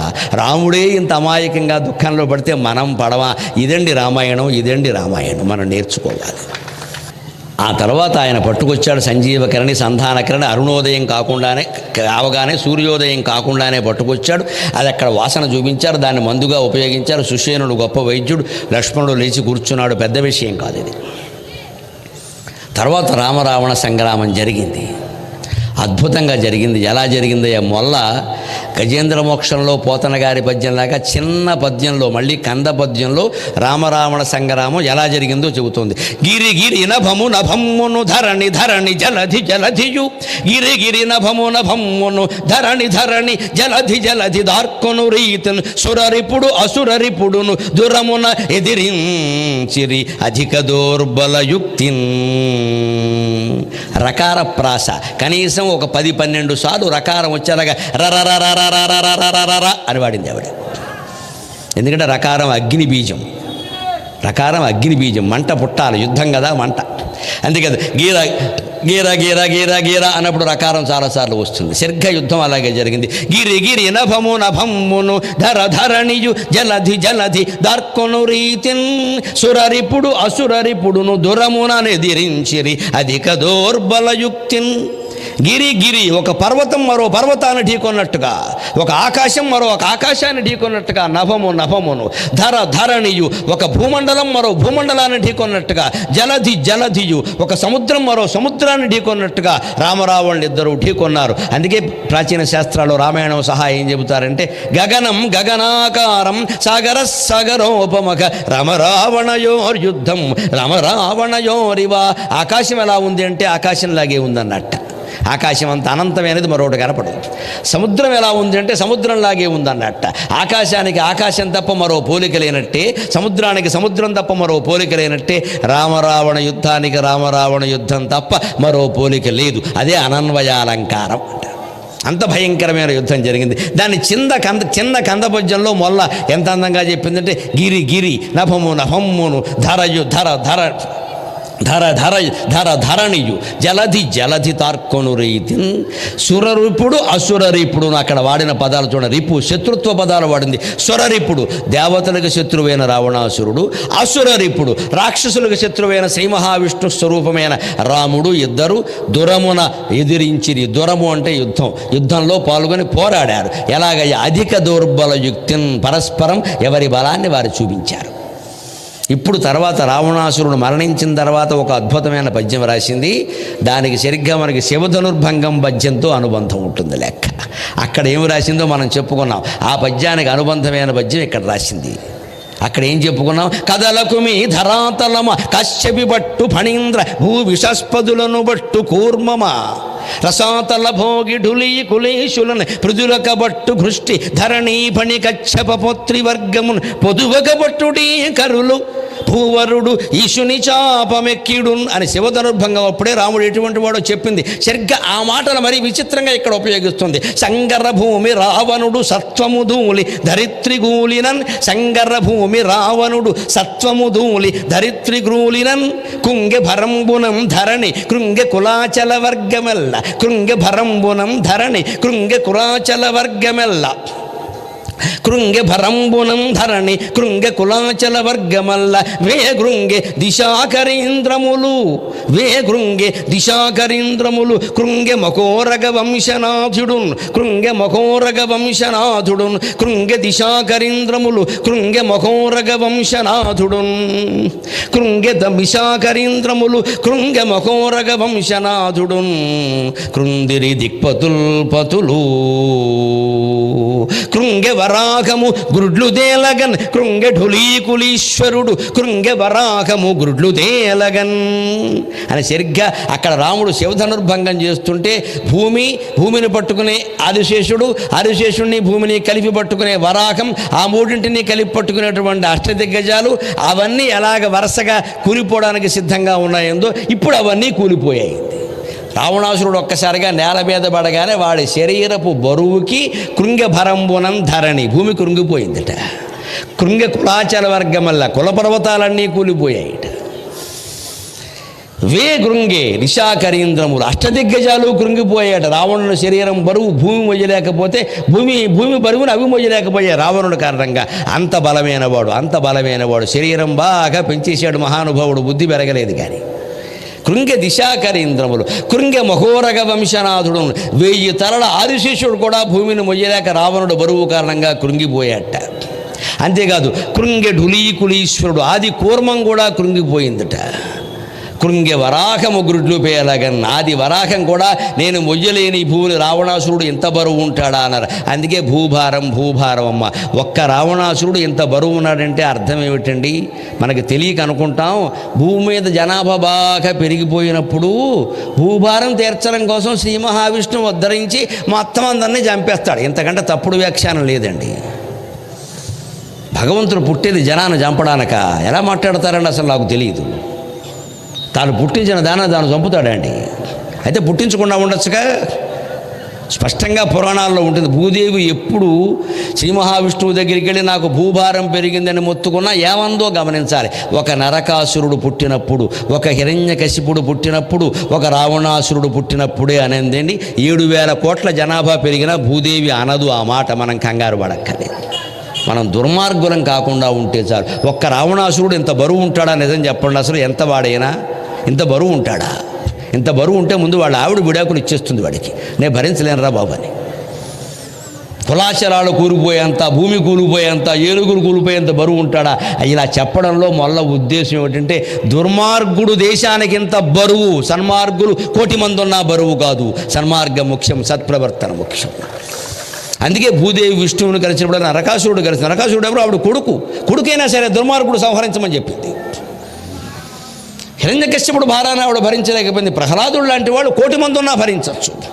పోనీ ప్రహ్లాదుడు కాకపోయినా పర్వాలేదు, హిరణ్యకశ్యపుడు కాకపోతే చాలు. హిరణ్యకశ్యపుణ్ణి, రావణాసురుణ్ణి, దుర్యోధనుణ్ణి లాంటి వాడిని భరించడం కష్టం. అందుకని ఈ బరువుని ఇలా వర్ణించారు తప్ప, లేకపోతే రావణాసురుడు బరువు ఏమైనా ఆధార్ కార్డు ప్రకారం ఎవరైనా చూశారా, ఎవరైనా చెప్పారా? ఈ పద్యంలో ఉద్దేశం సరిగ్గా ఇంత బరువు ఉండేటువంటి భూమిని ఆ ఆదిశేషుడిని కృంగిపోయేలా చేశాడు ఆయన, భయపట్టి శివధనుర్భంగనాడే. కాబట్టి ఇంత బరువు ఉన్నవాడిని సంహరించగలిగాడు. అంత పౌరుషం, అంత పరాక్రమం ఉంటేనే దుర్మార్గులు సంహరింపబడతారు, ధర్మం నిలబడుతుంది. ఈ 2 రోజుల మొల్ల రామాయణ ప్రవచనం వల్ల ధర్మ రక్షణ కోసం మీ మనస్సులో ఏమాత్రం ధైర్యం కలిగినా, అలాగే మీ జీవితం పట్ల ఉండే ఆ ధైర్యం ఏమాత్రం తొలగినా, ఆత్మవిశ్వాసం కలిగినా, పరమాత్మ విశ్వాసం కలిగినా నేను ధన్యుణ్ణి, నాకు ఈ 4 మాటలు నేర్పిన మా అమ్మ ధన్యురాలు. సెలవు. సభ్యులందరికీ విజ్ఞప్తి, నేను అతివేగంగా వెళ్ళాలి, రైలు అందుకోవాలి. దయచేసి ఎవరు పాదాభివందనాలు చేయొద్దు. శ్రీరామచంద్రమూర్తికి సముద్రం దారి ఇచ్చినట్టే జనప్రవాహం నాకు దారిస్తే నేను నమస్కారం చేసుకుంటూ వెళ్ళిపోతాను అందరికీ. అంటే ఫోటోల కోసం ప్రయత్నించద్దు, పాదాభివందనాలు చేయొద్దు. నేను ప్రవచనం చెప్పింది మీ కాళ్ళ మీద మీరు నిలబడ్డానికి తప్ప నా కాళ్ళ మీద పడ్డానికి కాదు, అది గమనించండి దయచేసి. ఆ ఆత్మవిశ్వాసం, పరమాత్మ విశ్వాసం మీలో నేను ఆశిస్తూ ఉన్నాను. మళ్ళీ ఏడాది భగవంతుడు అనుగ్రహిస్తే అనపర్తి వచ్చే సమయానికి ఇక్కడ ప్రజల్లో సద్వ్యసనాలు తప్పితే దుర్వ్యసనాలు లేవు అనే మాట నేను రెడ్డి గారి నోట వినదలుచుకున్నాను. ఆ మాట అందుకోసం నా ఈ ప్రవచనం. ఏమాత్రం మారినా మంచిదే, ఎంత మాత్రం మార్పు వచ్చినా మంచిదే. సెలవు.